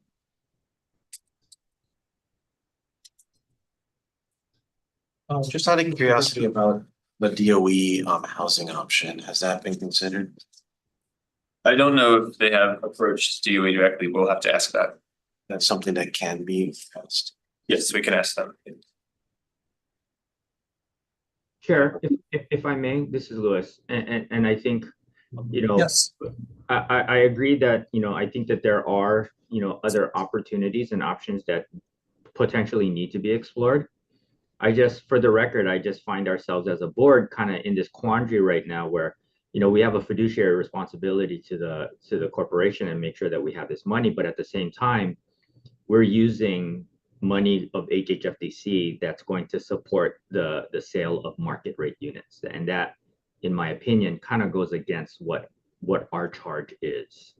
But that's the quandary that we're having right now. So for the record, I want to say that I understand what we're trying to do here, but at the same time, I think I just don't want to set a precedence at this point in time where a project that goes into trouble now all of a sudden we can say, hey, by the way, okay, go to market. And so, you know, I have concerns about proceeding. I understand the need to go there because we need to make sure that this project, that we can recover what we put into this particular project. But at the same time, I want to make sure that the staff extinguishes all potential options of trying to use it, whether it's those DOEs or anything else. But if they could come back and report back to us on any type of additional activity that was done in order to get these units sold, that would be something that I would like to see. Thank you. Any other discussion? Is there? So could this agenda item be deferred, subject to you folks going back to the developer, Mr. Mola, and talking again, or getting at least a commitment to change the sales team so that perhaps some Yeah, we could defer the item now. fresh thinking could be brought to the table? With this again is that we are not in control of sales. We are just a lender in this project. I understand, but we have a developer who's in default. So were the developer not in default, I would say they could do whatever they want as far as who they select to be marketing these units, but that's not our situation. So I guess to provide a little more background, the reason we are requesting to convert some units from affordable to market, or not the reason, but one of the things with that is that they currently have more than the minimum required number of affordable units for this type of project. So they would still meet the minimum required number of units for this type of project. Also, enforcement of our rights may require money that we were asking for, which then has to get governor's approval. And I get that, I get what you're saying, but we also need these units to serve the targets that we serve. And I wonder if we could modify the approval to include at least the additional funding, because we will need those funds if we decide to pursue some of our options, including legal fee. Yeah, I'm good with that as long as we modify it to not let units go to market today. That's how we're looking. Well, I mean, does the board want to consider raising the AMI to, I mean, we can go up to 140. I know that's hard to find top AMI. I don't know if that, under the circumstances, that'll do anything. We raised it last time and it didn't seem to stimulate a whole lot of activity, sales activity. So I don't know. It could help. Okay. But can we on the floor modify the recommendations? Sure. You have the motion, so the motion can still stay. Albert, if you're willing to, if staff wants to recommend making a modification to the recommendation. Sure. In that case, item 4B on page 6 will be modified to read, well, probably whatever Sandy says it should say, but 140 conversion of up 25 unsold HHFDC affordable units to 140% AMI. I would support that, Chair. Thank you.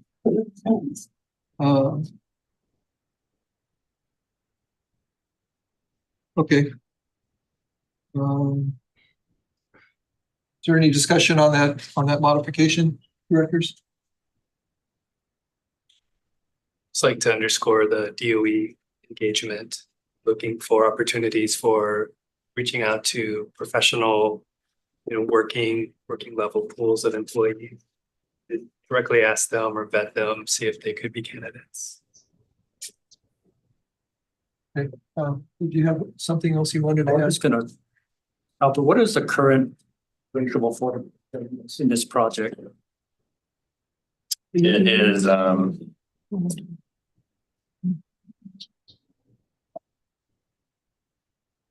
There were some HCDA units that were at 140, a few small amount. So I just wanted to point out that this project had a very high affordability requirement. Mhm.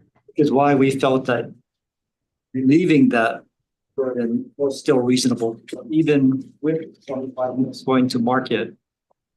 It's still 60% affordable, which is about what on the high side of what developers commit to. I don't think we've had a developer commit to more than 60%. Besides NITEC projects. And Dean, this is Louis, and I remember the stuff that was a commitment that was made by Frank back then because of the opposition that the project had, and the idea that he would make more of those units affordable was one of the reasons why the board really decided to push forward with it. So I mean, I understand what you're saying. I like the idea that that we could try to increase up the the AMI, but as a board back then, we were sold that, hey, we're gonna make all of these units affordable, even higher than that. So in some ways, I'm kind of trying to hold them to that, to that promise that was made many years ago. In response to your question, currently 76% of the units are affordable.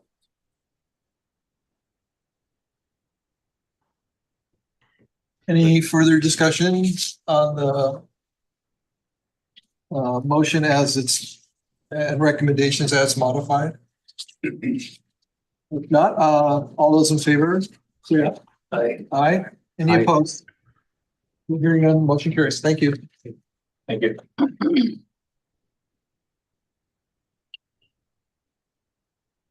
Okay, we're on item 3I. This is before action to approve the repeal of chapter 15-161 Hula May Single Family Program, Hawaii Administrative Rules, and to the proposed new chapter 15-314 Hula May Home Mortgage Loan Program to implement the provisions of the Housing Loan and Mortgage Program established by Subpart B of Part 3, Chapter 201H, Hawaii Revised Statutes. Can I have a motion to approve? So moved. And do we have a second? Second. We have a second. Okay. Is there anyone who would like to, in the public, that would like to give testimony on this agenda item? Okay. Hearing none, we will turn it to staff. Good morning. Hi, good morning, Chair Mackler, members of the board. My name is Cynthia Nairos. I'm a housing planner with the planning branch. Today, we are requesting the board to approve the repeal of chapter 15-161 Hula May Single Family Program, Hawaii Administrative Rules, and the proposed new chapter 15-314 Hula May Home Mortgage Loan Program to implement the provisions of the Housing Loan and Mortgage Program established by Subpart B, Part 3, Chapter 201H, Hawaii Revised Statutes. The facts are as follows. The state has had a housing and loan mortgage program for families of low to moderate income since 1979. Currently, under the Hawaii Housing Finance and Development Corporation and authorized under Subpart B of Part 3 of Chapter 201H, the program has two components. One, through the Advanced Commitment Program, HHFDC can contract with mortgage lenders for the advanced commitment to purchase eligible loans, which makes funds available at affordable interest rates for eligible borrowers who intend to use the property as their principal residence. The second component, the Loan Funding Program, HHFDC can purchase mortgage loans based on requests submitted by mortgage lenders on a loan-by-loan basis. Such loans are made available at affordable interest rates to eligible borrowers who intend to use the property as their principal residence. Private activity bonds are tax-exempt bonds issued by state or local government to finance projects that benefit private entities. The federal government imposes a limit on the amount of PABs that each state can issue annually, known as the state volume cap. The state of Hawaii has a 2024 volume cap of approximately $378 million, which is allocated among the state and each of the 4 counties, and can be used for various categories of projects such as housing, education, healthcare, and transportation. The Hula May Mortgage Loan Program is financed through the sale of mortgage revenue bonds, which are a qualified use of PABs. The proceeds of the sale of the mortgage revenue bonds finance below market rate mortgage loans to support the purchase of homes. Interest on the loans is used to repay the bondholders. The program must be self-sustaining, so interest and fees must also cover administrative expenses. The program hasn't been active for over a decade, as interest rates for most of that time were not competitive with those offered by private lenders. The last bond issuance that was not a refunding issue was in 2011, and it resulted in the purchase of 129 loans. The current high interest rate environment is making it harder for local families to buy homes.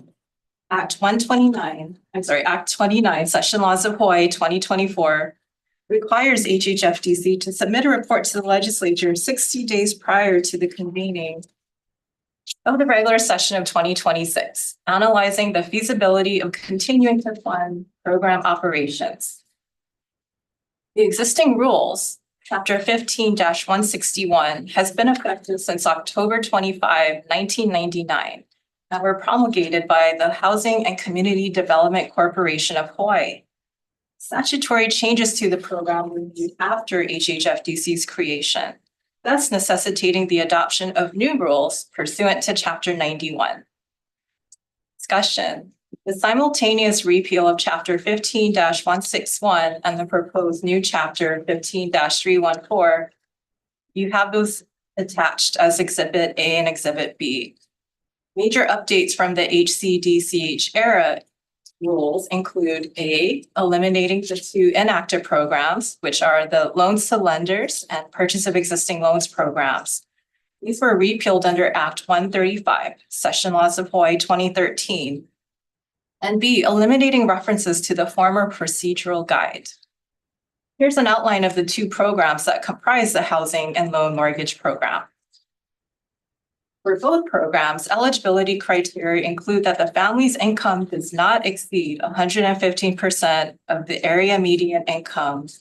The finance property will be the eligible borrower's principal residence and completion of a HUD-approved homeownership counseling program.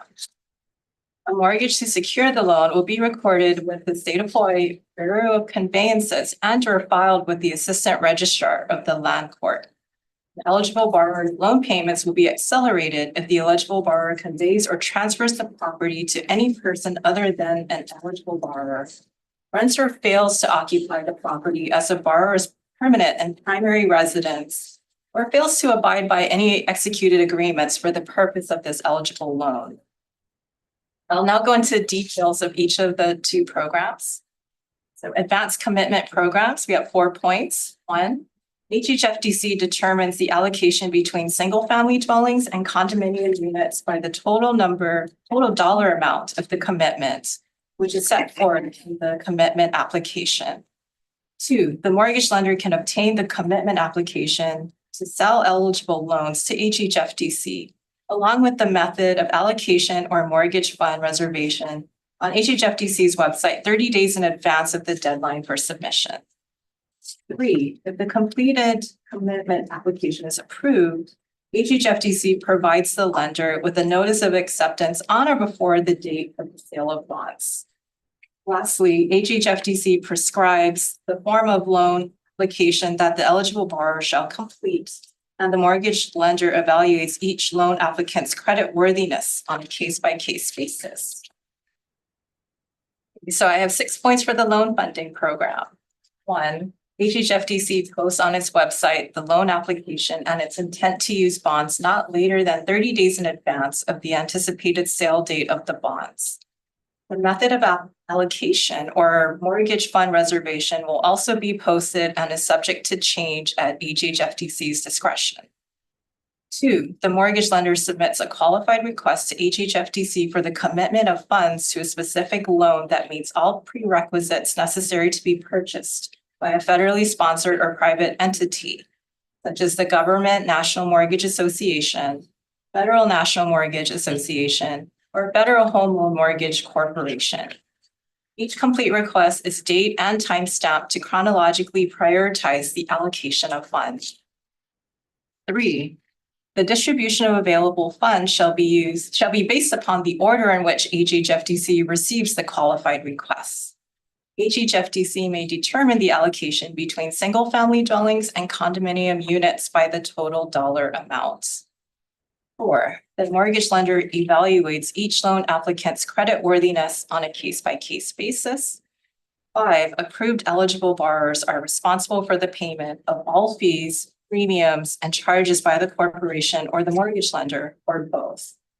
On the closing of the loan, the fees charged by the corporation are as follows. So for processing, it's $500. For loan origination, it's 1% of the loan amount. Lastly, each participating mortgage lender shall submit evidence that eligible loans have been made from the bond proceeds. HHFDC may inspect their books and records. So our recommendation to the board is that you approve the proposed simultaneous repeal of Chapter 15-161, Hula May Single Family Program, and adoption of Chapter 15-314, Hula May Home Mortgage Loan Program, Hawaii Administrative Rules, subject to 1, approval as to form by HHFDC's Deputy Attorney General, and 2, approved by the Governor. And that you authorize the Executive Director or his designated representative to conduct a public hearing on the proposed rules. Thank you. Open it up for questions. Directors? No? Okay, if not, all those in favor of the 4 actions, say aye. Aye. Any opposed? Motion carries. Let's go on to. Ready? Next one? Okay.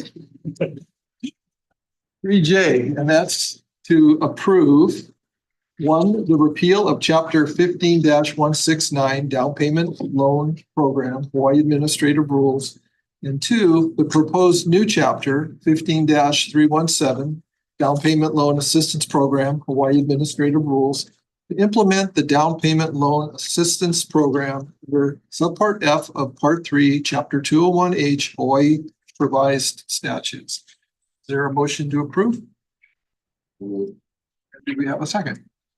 Second. We have a second. Is there anyone who would like to provide public testimony on this agenda item? Hearing none, turn it back over. Thank you, Chair. Our request is for the board to approve, number 1, the repeal of Chapter 15-169 and the proposed new Chapter 15-317 to implement the Down Payment Loan Assistance Program. There's Subpart F of Part 3, Chapter 201H, Hawaii Revised Statutes. The facts are as follows. A state down payment loan program was first established in 1955 under the Hawaii Housing Authority to provide down payment loans to eligible first-time home buyers earning up to 120% of the AMI.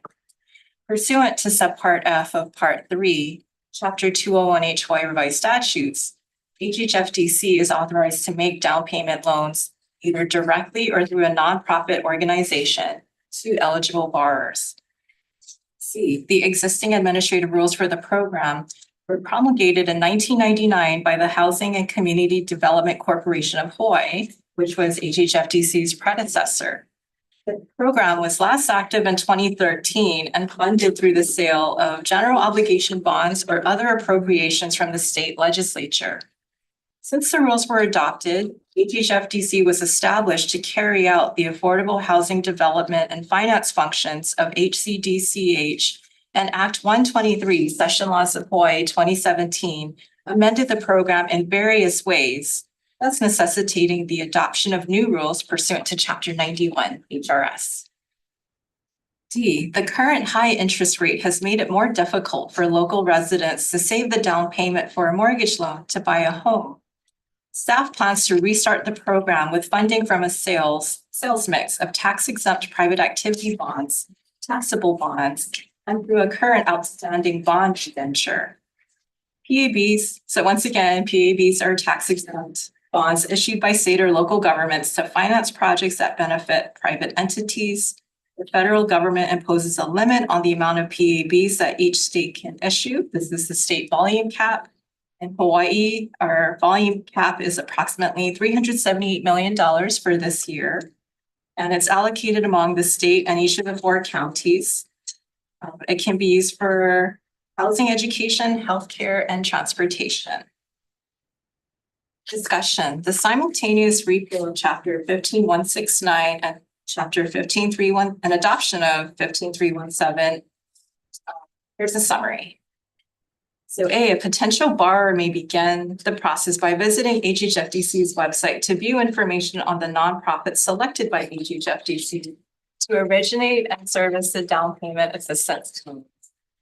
The application may be completed and submitted to either the nonprofit or HHFDC. An applicant will be deemed ineligible if she or he provides false information, makes misstatements, and withholds important information. The down payment loan to any one borrower may be for up to 15% of the sales price or appraised value of the residential property, or up to $60,000, whichever is less. Eligibility criteria include the borrower's contribution of up to 5% of the sales price and completion of a HUD-approved home ownership counseling program. The down payment loan, HHFDC reviews and approves the application for eligibility, and if it's approved, HHFDC coordinates the funding with the nonprofit and escrow companies. HHFDC determines the loan repayment schedule and other terms. The chargeable annual interest rate can range from 1% to 8%.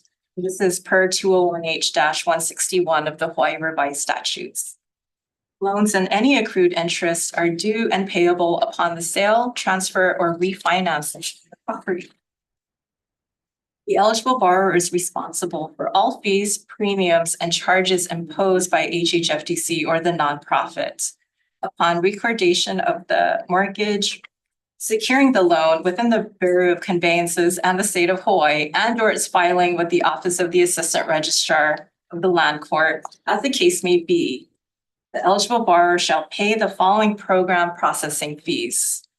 So to HHFDC, the amount is between $500 to $1,000. To the mortgage lender, that amount is between $100 to $200. The eligible borrower must occupy the property as the borrower's primary residence. Failure to do so will result in the acceleration of the maturity of the loan. Lastly, an eligible borrower who is delinquent and payment of any installment of principal and interest on the eligible loan is considered to be in monetary default of the loan, and the loan could be foreclosed. In the interest of time, do you want me to just say I have the same request as the same recommendation as the previous item? That's fine. Open it up for questions, directors. Chair, this is Louis. Quick question. Private activity cap is always very competitive, right? And is there an expectation that of how much private activity will be utilized by these programs? I'll turn that over to David. Yeah. Hi, Director. We're anticipating about 35 to 40 million fee cap to be sufficient. Okay. Thank you. I have a question. As far as the selection of nonprofits by HHFDC that will assist prospective buyers, do you have a list now, or do you need to go out with a recruitment of nonprofits at some point?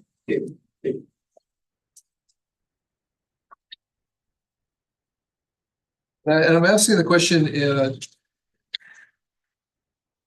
specifically for access to nonprofits, that for people that would like to participate in this, to a down payment loan assistance program, to be able to reach a nonprofit that can assist them. Thank you, Chair. David Roy, Finance Manager. So, we do have previous nonprofits that we've engaged for things such as home ownership counseling. The requirement for home ownership counseling for these programs has specific requirements of certification. So we can obtain a list of those entities that would be qualified to provide that type of assistance. But it is something that is required, and we do have vendors in mind for the home ownership counseling portion. But there are others that we can look into as well that have to meet that certain requirement of what it takes to be a certified ownership counselor to qualify participants in the program. Thank you. Anyone else with questions? Okay, if not, all those in favor of the for action to approve, please signify by saying aye. Aye. Aye. Aye. Opposed? Okay, hearing none, the motion carries. Thank you. Thank you for the presentation. Okay. Next agenda item is 3K, which is a for action to approve the establishment of dwelling unit revolving fund budget for the purpose of providing required state matching funds for federal housing and housing infrastructure related grants. Do we have a motion? Second. And we have a second. Anyone in the public wishing to offer testimony? This would be the time. Hearing none, I'll turn it over to Chris Woodard. Okay, good morning, Chair, members of the board. Currently, there are unprecedented federal funds available for infrastructure projects across the United States, primarily due to the 2021 bipartisan infrastructure law, which provided something like 1.2 trillion of funding made available for such purpose. As we all know, the infrastructure and the inadequacy of thereof here in Hawaii is a huge barrier to producing housing.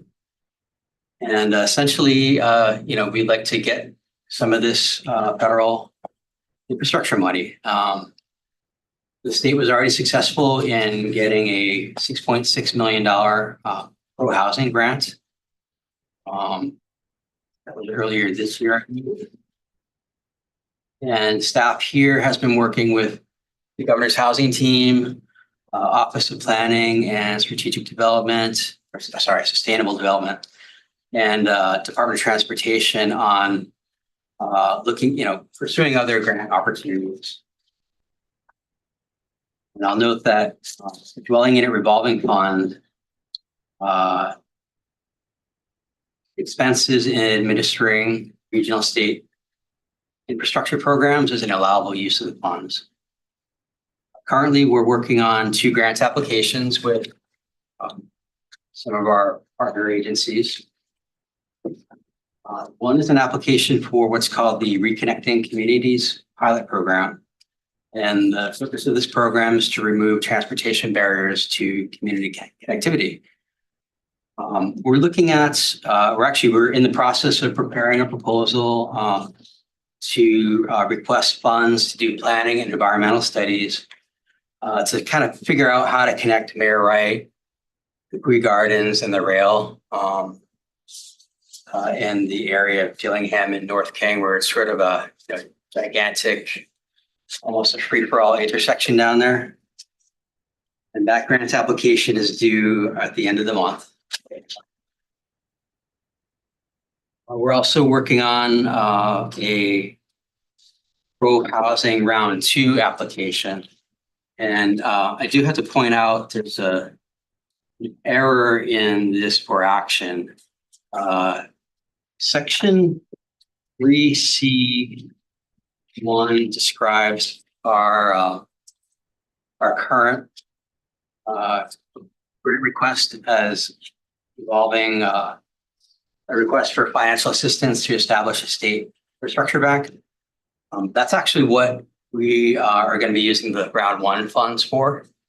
So what this should say is that we're requesting funds to help plan infrastructure at HHFDC's Kamakana project on the Big Island. And we're working with the governor's housing team and OPST on that grant application, which is due on October 15th. Both of these programs require a 20% state match. Currently, we're looking at requesting $2 million for the Reconnecting Communities grant. So a 20% match there is $500,000. And for Pro Housing Round 2, we're going to be asking for $3 million. And I'm sorry, I think it's we're asking for 3 million, okay.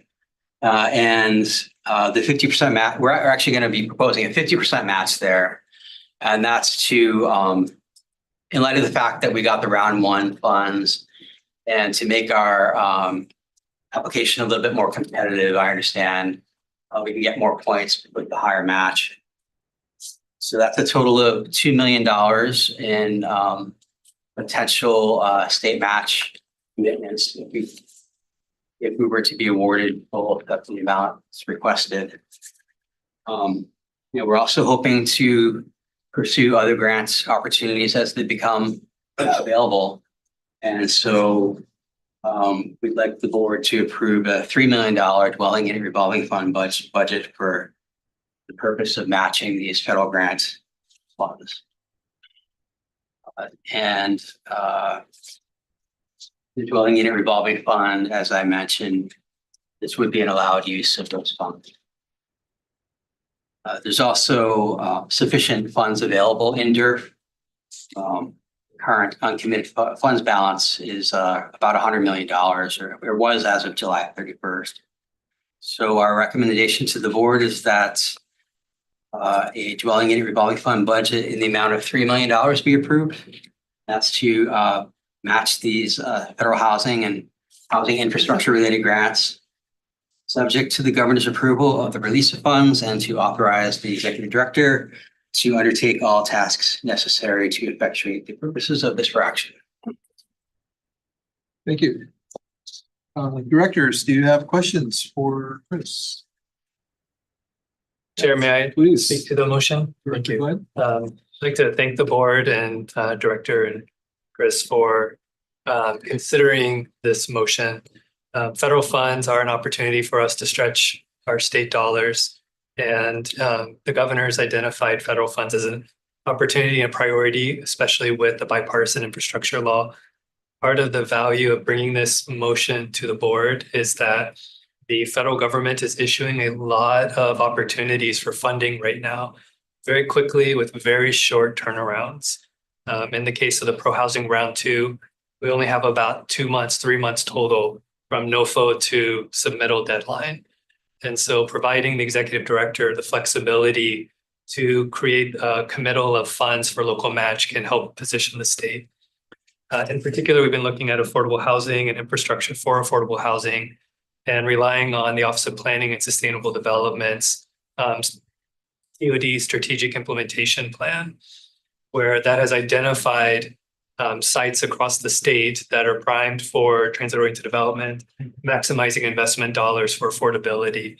And those areas have been the areas that we've identified in our housing related federal grant application. So in round one, we received the $6.6 million for the infrastructure bank, but that's not the only thing the money goes towards. Round one, infrastructure bank was the lead competitive piece, but we also proposed funding for infrastructure on Kauai, Maui, and Hawaii Island.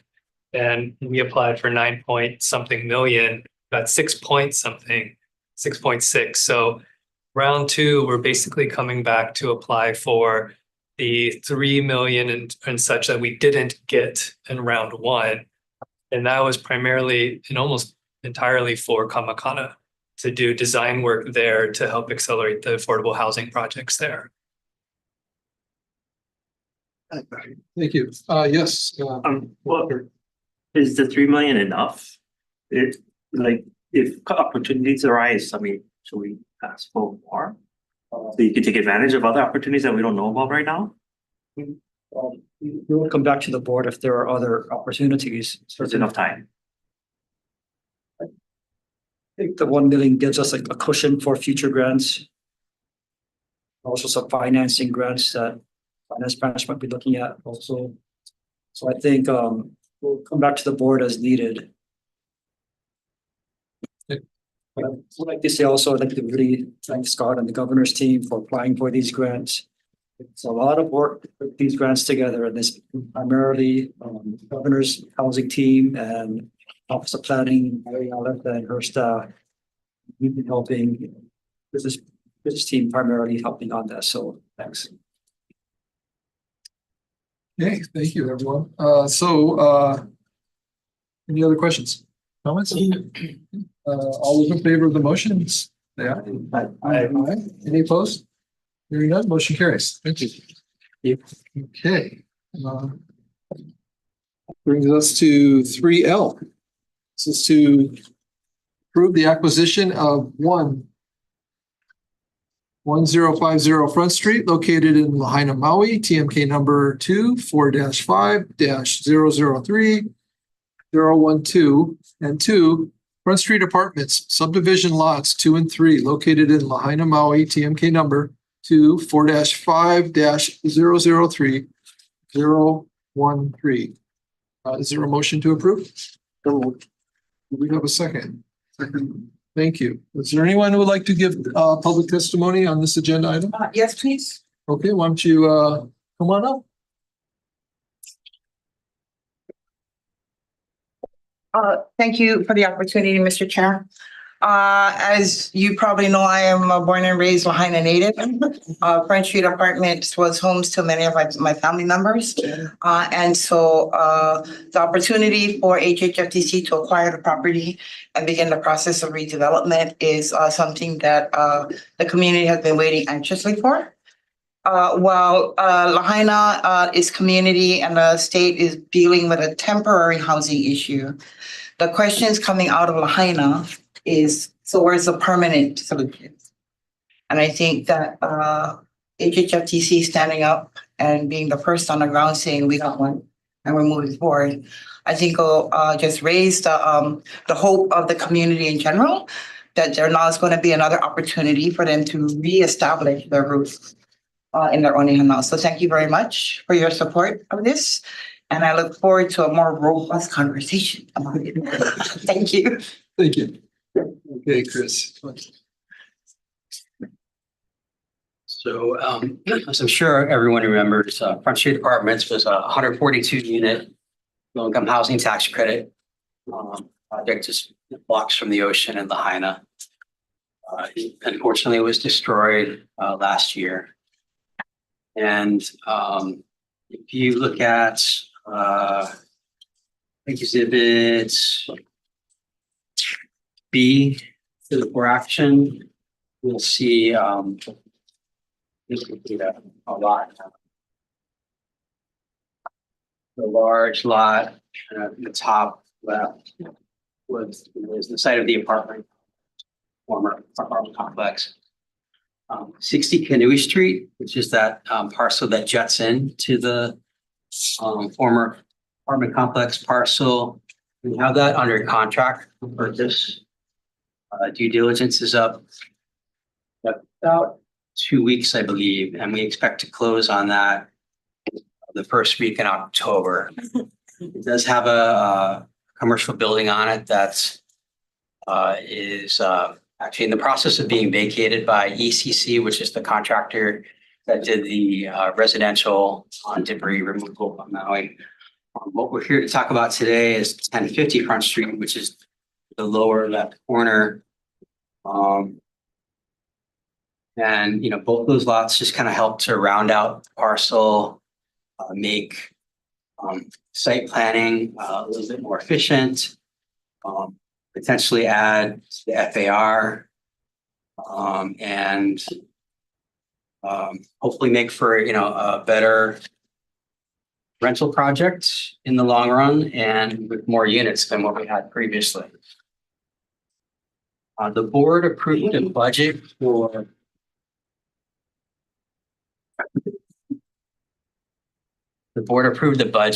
to make up to 3 parcel acquisitions, parcels abutting the Front Street Apartments lot, with the third being the one on the the eastern boundary of the apartment site. Although we had heard that owner was potentially interested to sell, we actually haven't had any contact with him, privately owned family. So we do have a budget for this already, dwelling unit revolving fund budget. parcel itself is, as you can see, rectangular, generally level. I will note about 2/3 of the area lies within the county's shoreline setback area. So can't really put much in the way of improvements on that portion, but to the extent that we could put, we need some setback anyway, that we could put a park, playground or something like that there. We do still think it's of value.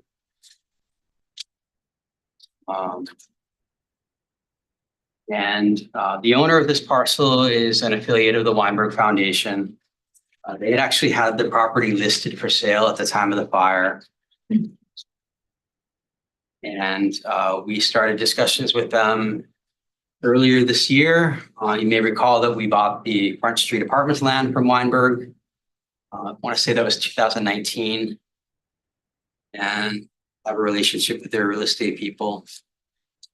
The terms and conditions of the purchase and sale are outlined in a non-binding letter of intent, which the Weinberg affiliates accepted in August. The purchase price about $860,000. As we did with the the Keystone parcel, the Canoe Street parcel, we proposed a purchase price that equal to the 2023 county assessed value of the land. In theory, under Maui County Code, the assessed value is supposed to be equal to the market value. And the fire really makes it hard, I think, to it makes valuation hard. And I think you're going with the assessed value, and the seller did agree to it. Just, it's that third party sort of valuation that we're relying on. Absent having an appraisal done. And I'm not even sure what type of instructions we give the appraiser to value this parcel, and what the date that appraisal would be.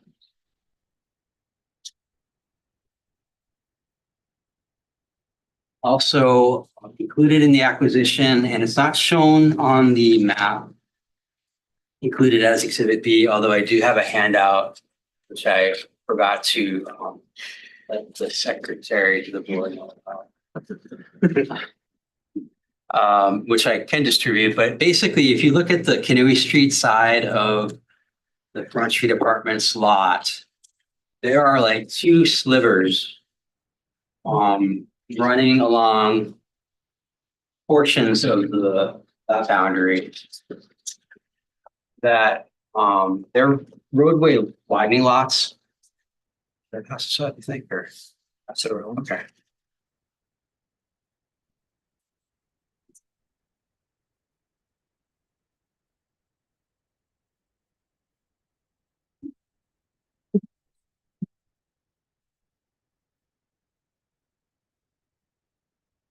They're roadway widening lots. Lot 2, portion of the existing sidewalk and a portion of the street on that lot.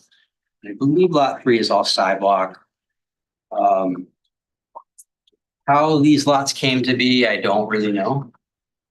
I do know that we could have acquired them when we bought the Front Street land.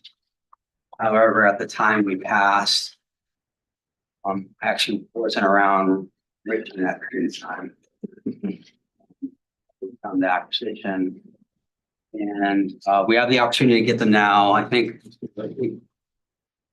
Randy's not here, our development branch chief, but I think it gives us an element of control over what happens there. Ensures that the county comes to us and says we have to do something in particular to improve the sidewalk or that boundary. It's not owned by a third party, and we've got control over it. So the development branch, which is not issuing an RFP, but which is negotiating with Hale Moiliili a development agreement for this redevelopment project.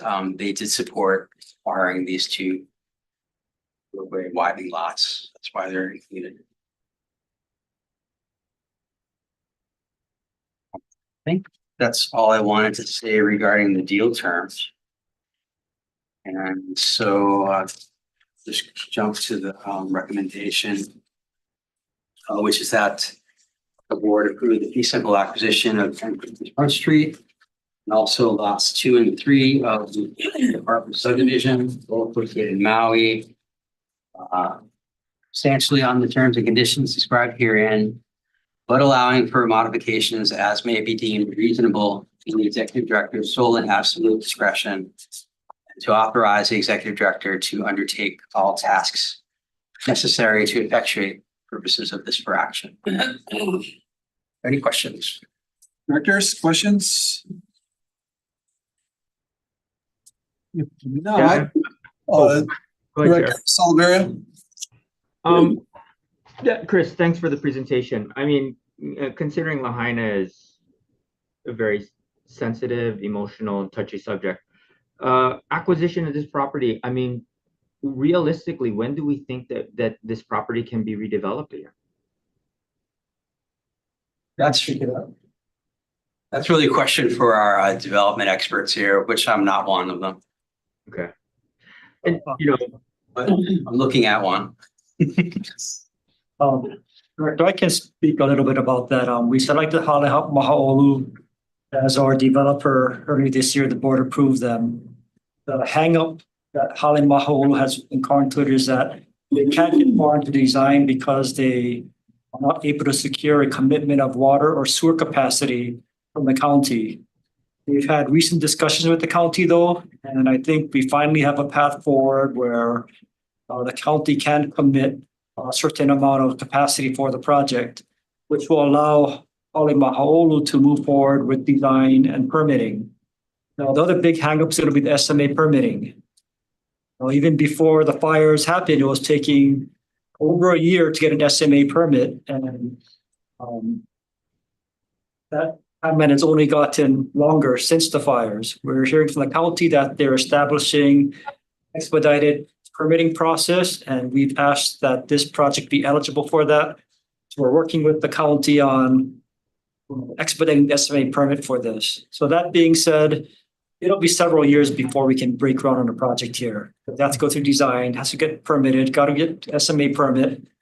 And if it's a LIHTC project, which a portion of the project likely will be, then you have to go through the financing round, of course. So we're several years away. I guess one of the reasons why I bring it up is, I mean, I'm still unclear whether or not the county has really come to a conclusion on what they want Lahaina to be rebuilt as. And for us to go out and basically commit, it sounds like we're committing to redeveloping the Front Street apartments by doing this. Is that a fair kind of statement? Yes, that's a good point. I think there's a lot of uncertainty about the commercial area of Front Street and what's going to happen there. We're on the fringe of that though. So I don't want to speak for the county, but I believe we're outside of the area where there's a lot of uncertainty.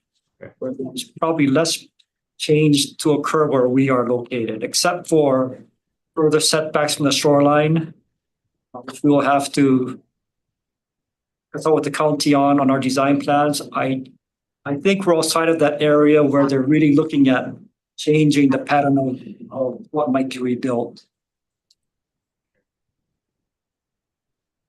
Okay. Thank you, Dean. Any further questions?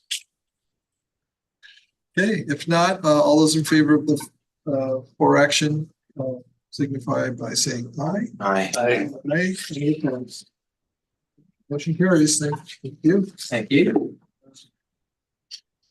Okay, next one is next agenda item is item 3M. And this is information on the state of Hawaii program year 2023, which is July 1st, 2023 through June 30, 2024. Consolidated Annual Performance Evaluation Report for the U.S. Department of Housing and Urban Development, Office of Community Planning and Development's Home Investment Partnerships, Housing Trust Fund, Emergency Solutions Grant, and Housing Opportunities for Persons with AIDS programs. This is for information, so are you presenting? I am. Okay, Yeah. all right. Typically, you would see Carrie, but as with the prior to presentation, she's at the planning conference. Latassa is at the planning conference. Hunter's at the planning conference. They're all supposed to present. I approve the travel. Good going, Chris. So I'm doing it. I'll try to make it quick. And start with the kind of overview of what the HUD consolidated plan process is. It's required by the community planning and development programs, which include, in our case, home investment partnerships, housing opportunities for persons with AIDS or HOPWA, and emergency solutions grant. The latter two are programs actually administered by DHS. Our consolidated planning process also covers the National Housing Trust Fund program. And the purpose of this process is to help states and other jurisdictions to assess their affordable housing and community development needs and the market conditions and make data-driven, place-based investment decisions. As part of this whole process, we do a consolidated plan every 5 years. That's kind of like the master plan. It describes the priorities and multi-year goals for community development. It's all based on data, analysis of market conditions, and it involves a consultation and citizen participation process so that the community is engaged to really coordinate community development programs to achieve greater impact. And then the comp plan, which is a 5-year plan, within that, as part of the whole process, we have these annual action plans that basically carry out the comp plan year to year. And every year we've got a CAPER. CAPER stands for Consolidated Annual Performance and Evaluation Report. That's basically the report on what happened, prior year, and describes the progress towards the comp plan goals. So HHFDC is the lead agency for the planning portion of it. We also administer the home and HTF programs on behalf of the state. And as I mentioned, DHS administers the HOPWA and ESG programs. And each year we come to you to let you know what we're going to be reporting in the CAPER. That's due on September 30th. So if you jump to the discussion section, 3A is a summary of what was awarded. What funding we got in the 2023 program year. And I must point out an error in that summary, that the figure in the bottom right total obviously cannot be 8.2 million and change. It's that 14,000,006 and change number that's in the first sentence of section A. Apologize for that error. Every year, I think since I've been here, we get 3 million in home funds and a little over that in HTF funds. Again, the HOPWA and ESG, they're not administered by HHFDC, but they kind of run through us for the planning process. And the ESG represents, it's not an annual allocation that we're getting, it's a special allocation. And in this case, it relates to the Maui wildfires.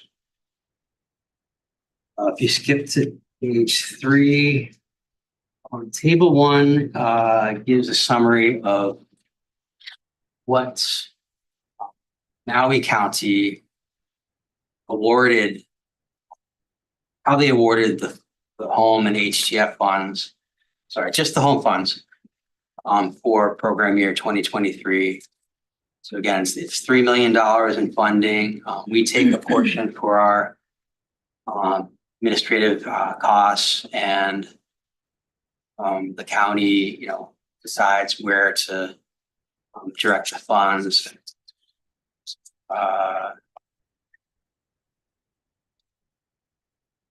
I'm actually not terribly familiar with the projects that were funded, although Hale Moiliili is the one next to our Hale Moiliili project in Kihei, which I am familiar with. You can see that they awarded the funds to two rental projects. And then table 2, again, the home program.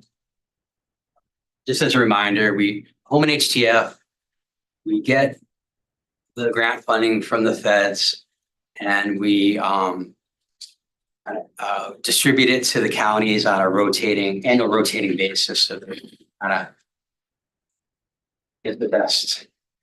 make the best use of this small pot of money and kind of one shot. So they typically combine the home and HTF funding, I think, a lot of times in a single project, is my understanding.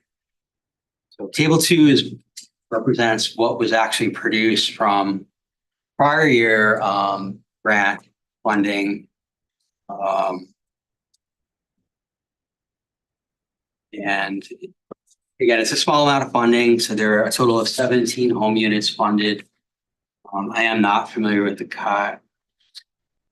Hulu project, but Danielle is, if you'd like to ask questions about these projects.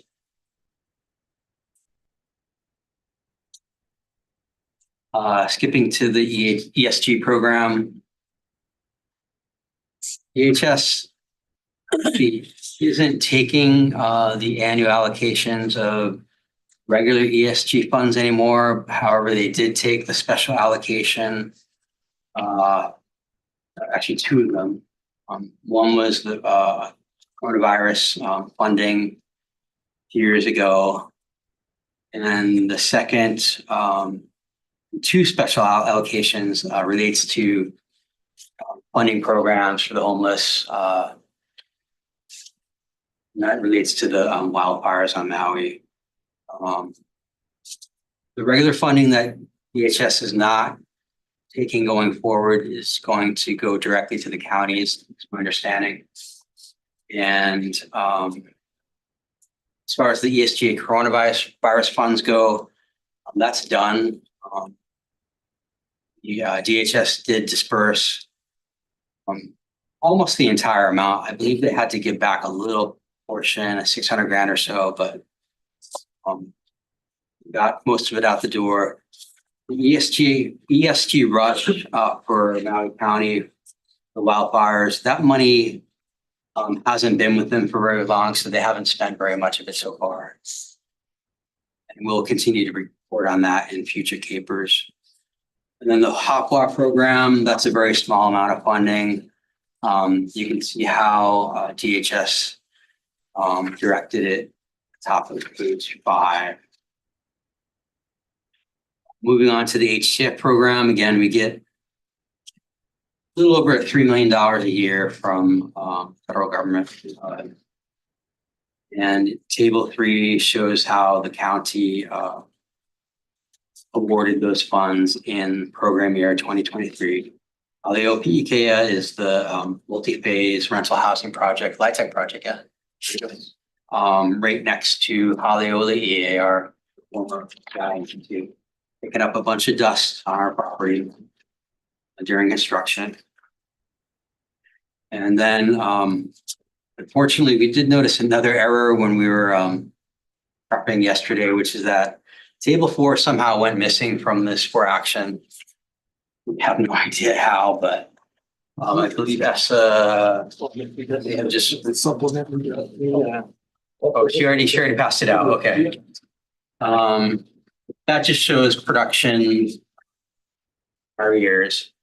Yeah, and it's a limited number of units, and it's actually almost the same table, I believe, as two, because again, county tends to use both funding sources in single projects, right? So you didn't miss much by missing the table with the packets.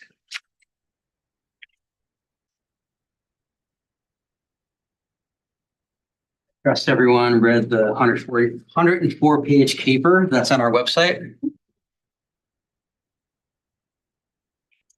If you didn't, it's still up there. You can look at it, and we'll be submitting it to HUD by the end of the month. That's all I have on the caper. Thank you, Chris, and extend our thanks to your team for doing all this. It's a tremendous amount of work to prepare a caper, but it's a necessity. It's a necessary submittal to HUD in order to continue to receive the funding through these federal grant programs. So it's really important. And it is an opportunity to look back and see what was accomplished for the current year, fiscal year. Thank you. Thanks for that. Questions, directors? So I would just note, I think that's what we have coming down the pike with federal grant funds that they're administered out of here. So that's going to be the case or not, but yeah. If there's no questions, we'll just receive the today. Thank you very much. Brings us to Section 3N item. This is discussion on the annual performance evaluation of the executive director. For this item, we're going to I'm going to ask that we go into a brief executive session. I will have to clear the room, but I don't think it'll be more than 10 minutes, just to let you folks know. So can I get a motion to go in? So moved on. Second. We have a second. All those in favor? Aye. Aye. So we'll just convene an executive shortly. We're gonna try to get. We'll come back. I think round two.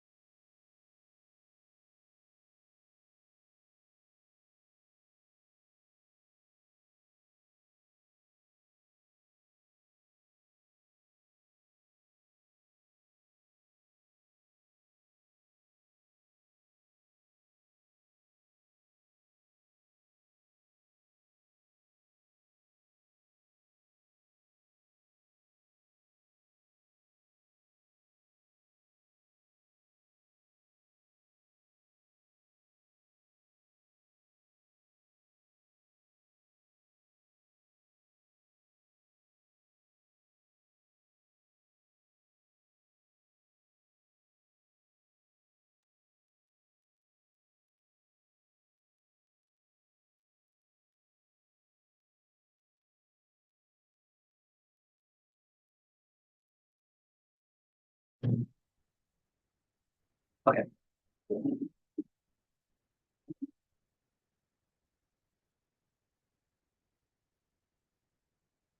No, you don't. We're good. Just the projector is off.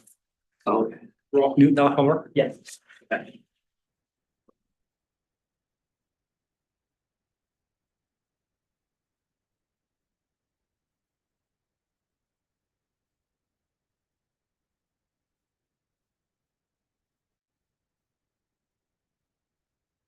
So Homer, you said we're on? Yeah.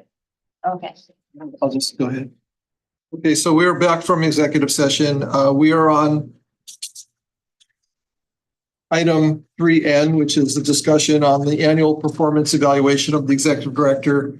Just some facts and discussion on this matter. The HHFDC is headed by a board of directors containing 9 members pursuant to 201H-3 HRS. And HHFDC employs an executive director to whom the board may delegate its powers and duties as it deems proper pursuant to section 201H2 HRS. Under HHFDC's bylaws adopted on July 3rd, 2006, pursuant to section 201H-4 HRS, the executive director is responsible for the daily management of the corporation and has general supervision over the administration and business affairs of the corporation. Under discussion, after serving as on an interim basis since March 31st, 2023, the board appointed Dean Minakami as HHFDC's executive director at its regular meeting on November 9th, 2023. HHFDC's practice is to evaluate the work performance of all civil service and exempt employees on an annual basis using the performance appraisal system established by the Department of Human Resources Development pursuant to Chapter 76 HRS for excluded managers, and as an alternative to the performance appraisal system, DHRD created an excluded managerial compensation plan performance evaluation system, which includes an annual performance evaluation of an employee's work performance on a fiscal year basis. Board is using the EMCP system to evaluate the performance of the executive director during the 2024 fiscal year. So in executive session, we took input from all of the directors who are present, and we've completed our discussions regarding performance evaluation. And as the chair of the board, I will be communicating the results to the executive director in the near future. And with that, I believe this completes this agenda item. So thank you all very much for your input.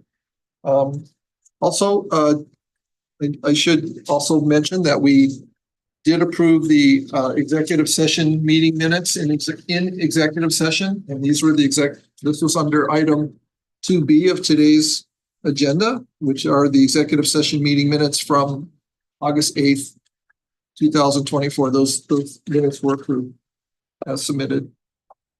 And with that, we will be moving on to the report by the executive director. I do need to catch a flight home, early flight today, so I'm going to be turning the remainder of the meeting over to our board secretary, Sean Sasaki. Turn the gavel for you. Thank you. Do you want to? Okay, thank you, Chair, directors. Just very quickly, I did want to cover some of the stated proposals that we have been working on. Session just ended, I know, but we were gearing up for the upcoming. The way that office works so that we triggers to feedback what the governor's office on what we include in the governor's package. So some of these may not be in the governor's package, but these are some of the things that we one basic land use reform. So, as you know, the state has a layer of land use zoning, state land use dictating process, and the counties also have their own zoning powers. And we feel that, I understand why the process was set up the way it was initially. Counties have come a long way in strengthening their planning capabilities over the decades. So the process really is duplicative and adds many years to the entitlement process. So we're looking at a proposal whereby basically if a county designates an area as urban or agriculture, that the land use commission would have to follow the county zoning designation. Reference to the county zoning process, the state following what the counties adopt. Recognize also the counties go through the process of updating their general plans, development plans, quite a bit of community and approval required by the county council. Another that we're considering is a conveyance tax appropriation for DERF. The reason for this is that we're hearing from some developers that the shared appreciation requirement for condominiums is a hindrance for affordable households, where many of them are hesitant to enter into or buy into affordable condos because of the SAE requirements. And the SAE requirement was put in place early on because the state put a large investment into affordable communities. If you think back to the village of Kapolei, the state built the infrastructure for that community. So SAE was a way to recapture the state's investment. But now there are many other projects where the state really is not a financial stakeholder in the project. For example, Kuilei Place, which the board approved, or Ilani right next door to us. They did not use any state funds, but yet the buyers are paying back to the state, SAE. So we're open to considering relinquishing the SAE program for those kind of projects where there is no state funding. But if that's the case, we would need another source of funding to maintain our operations, because as you know, we don't receive appropriations for operations from the state. We would need another source of their funding to enable us to continue our mission. So that's what the appropriation, like a conveyance tax would be used to an alternative source of funding to continue our operations. Another measure relates to historic preservation. Initial version of the governor's housing emergency proclamation had a streamlined process for historic review. That had to be dropped when the EP was modified, but we feel that that was a very good process that really could help projects through the historic review process. There are many projects which have been delayed, and it's due to many reasons at SHPD, due to a lack of staffing, to the process that they have right now. So the streamlined process, we feel, for those projects which SHPD would concur are likely to have no impact, will certainly benefit those projects. It could cut easily a year off of the processing time for those projects where, again, where SHPD concurs that we're likely to have no significant impact. Another proposal was for the DERF equity program. Right now, that is only a pilot program.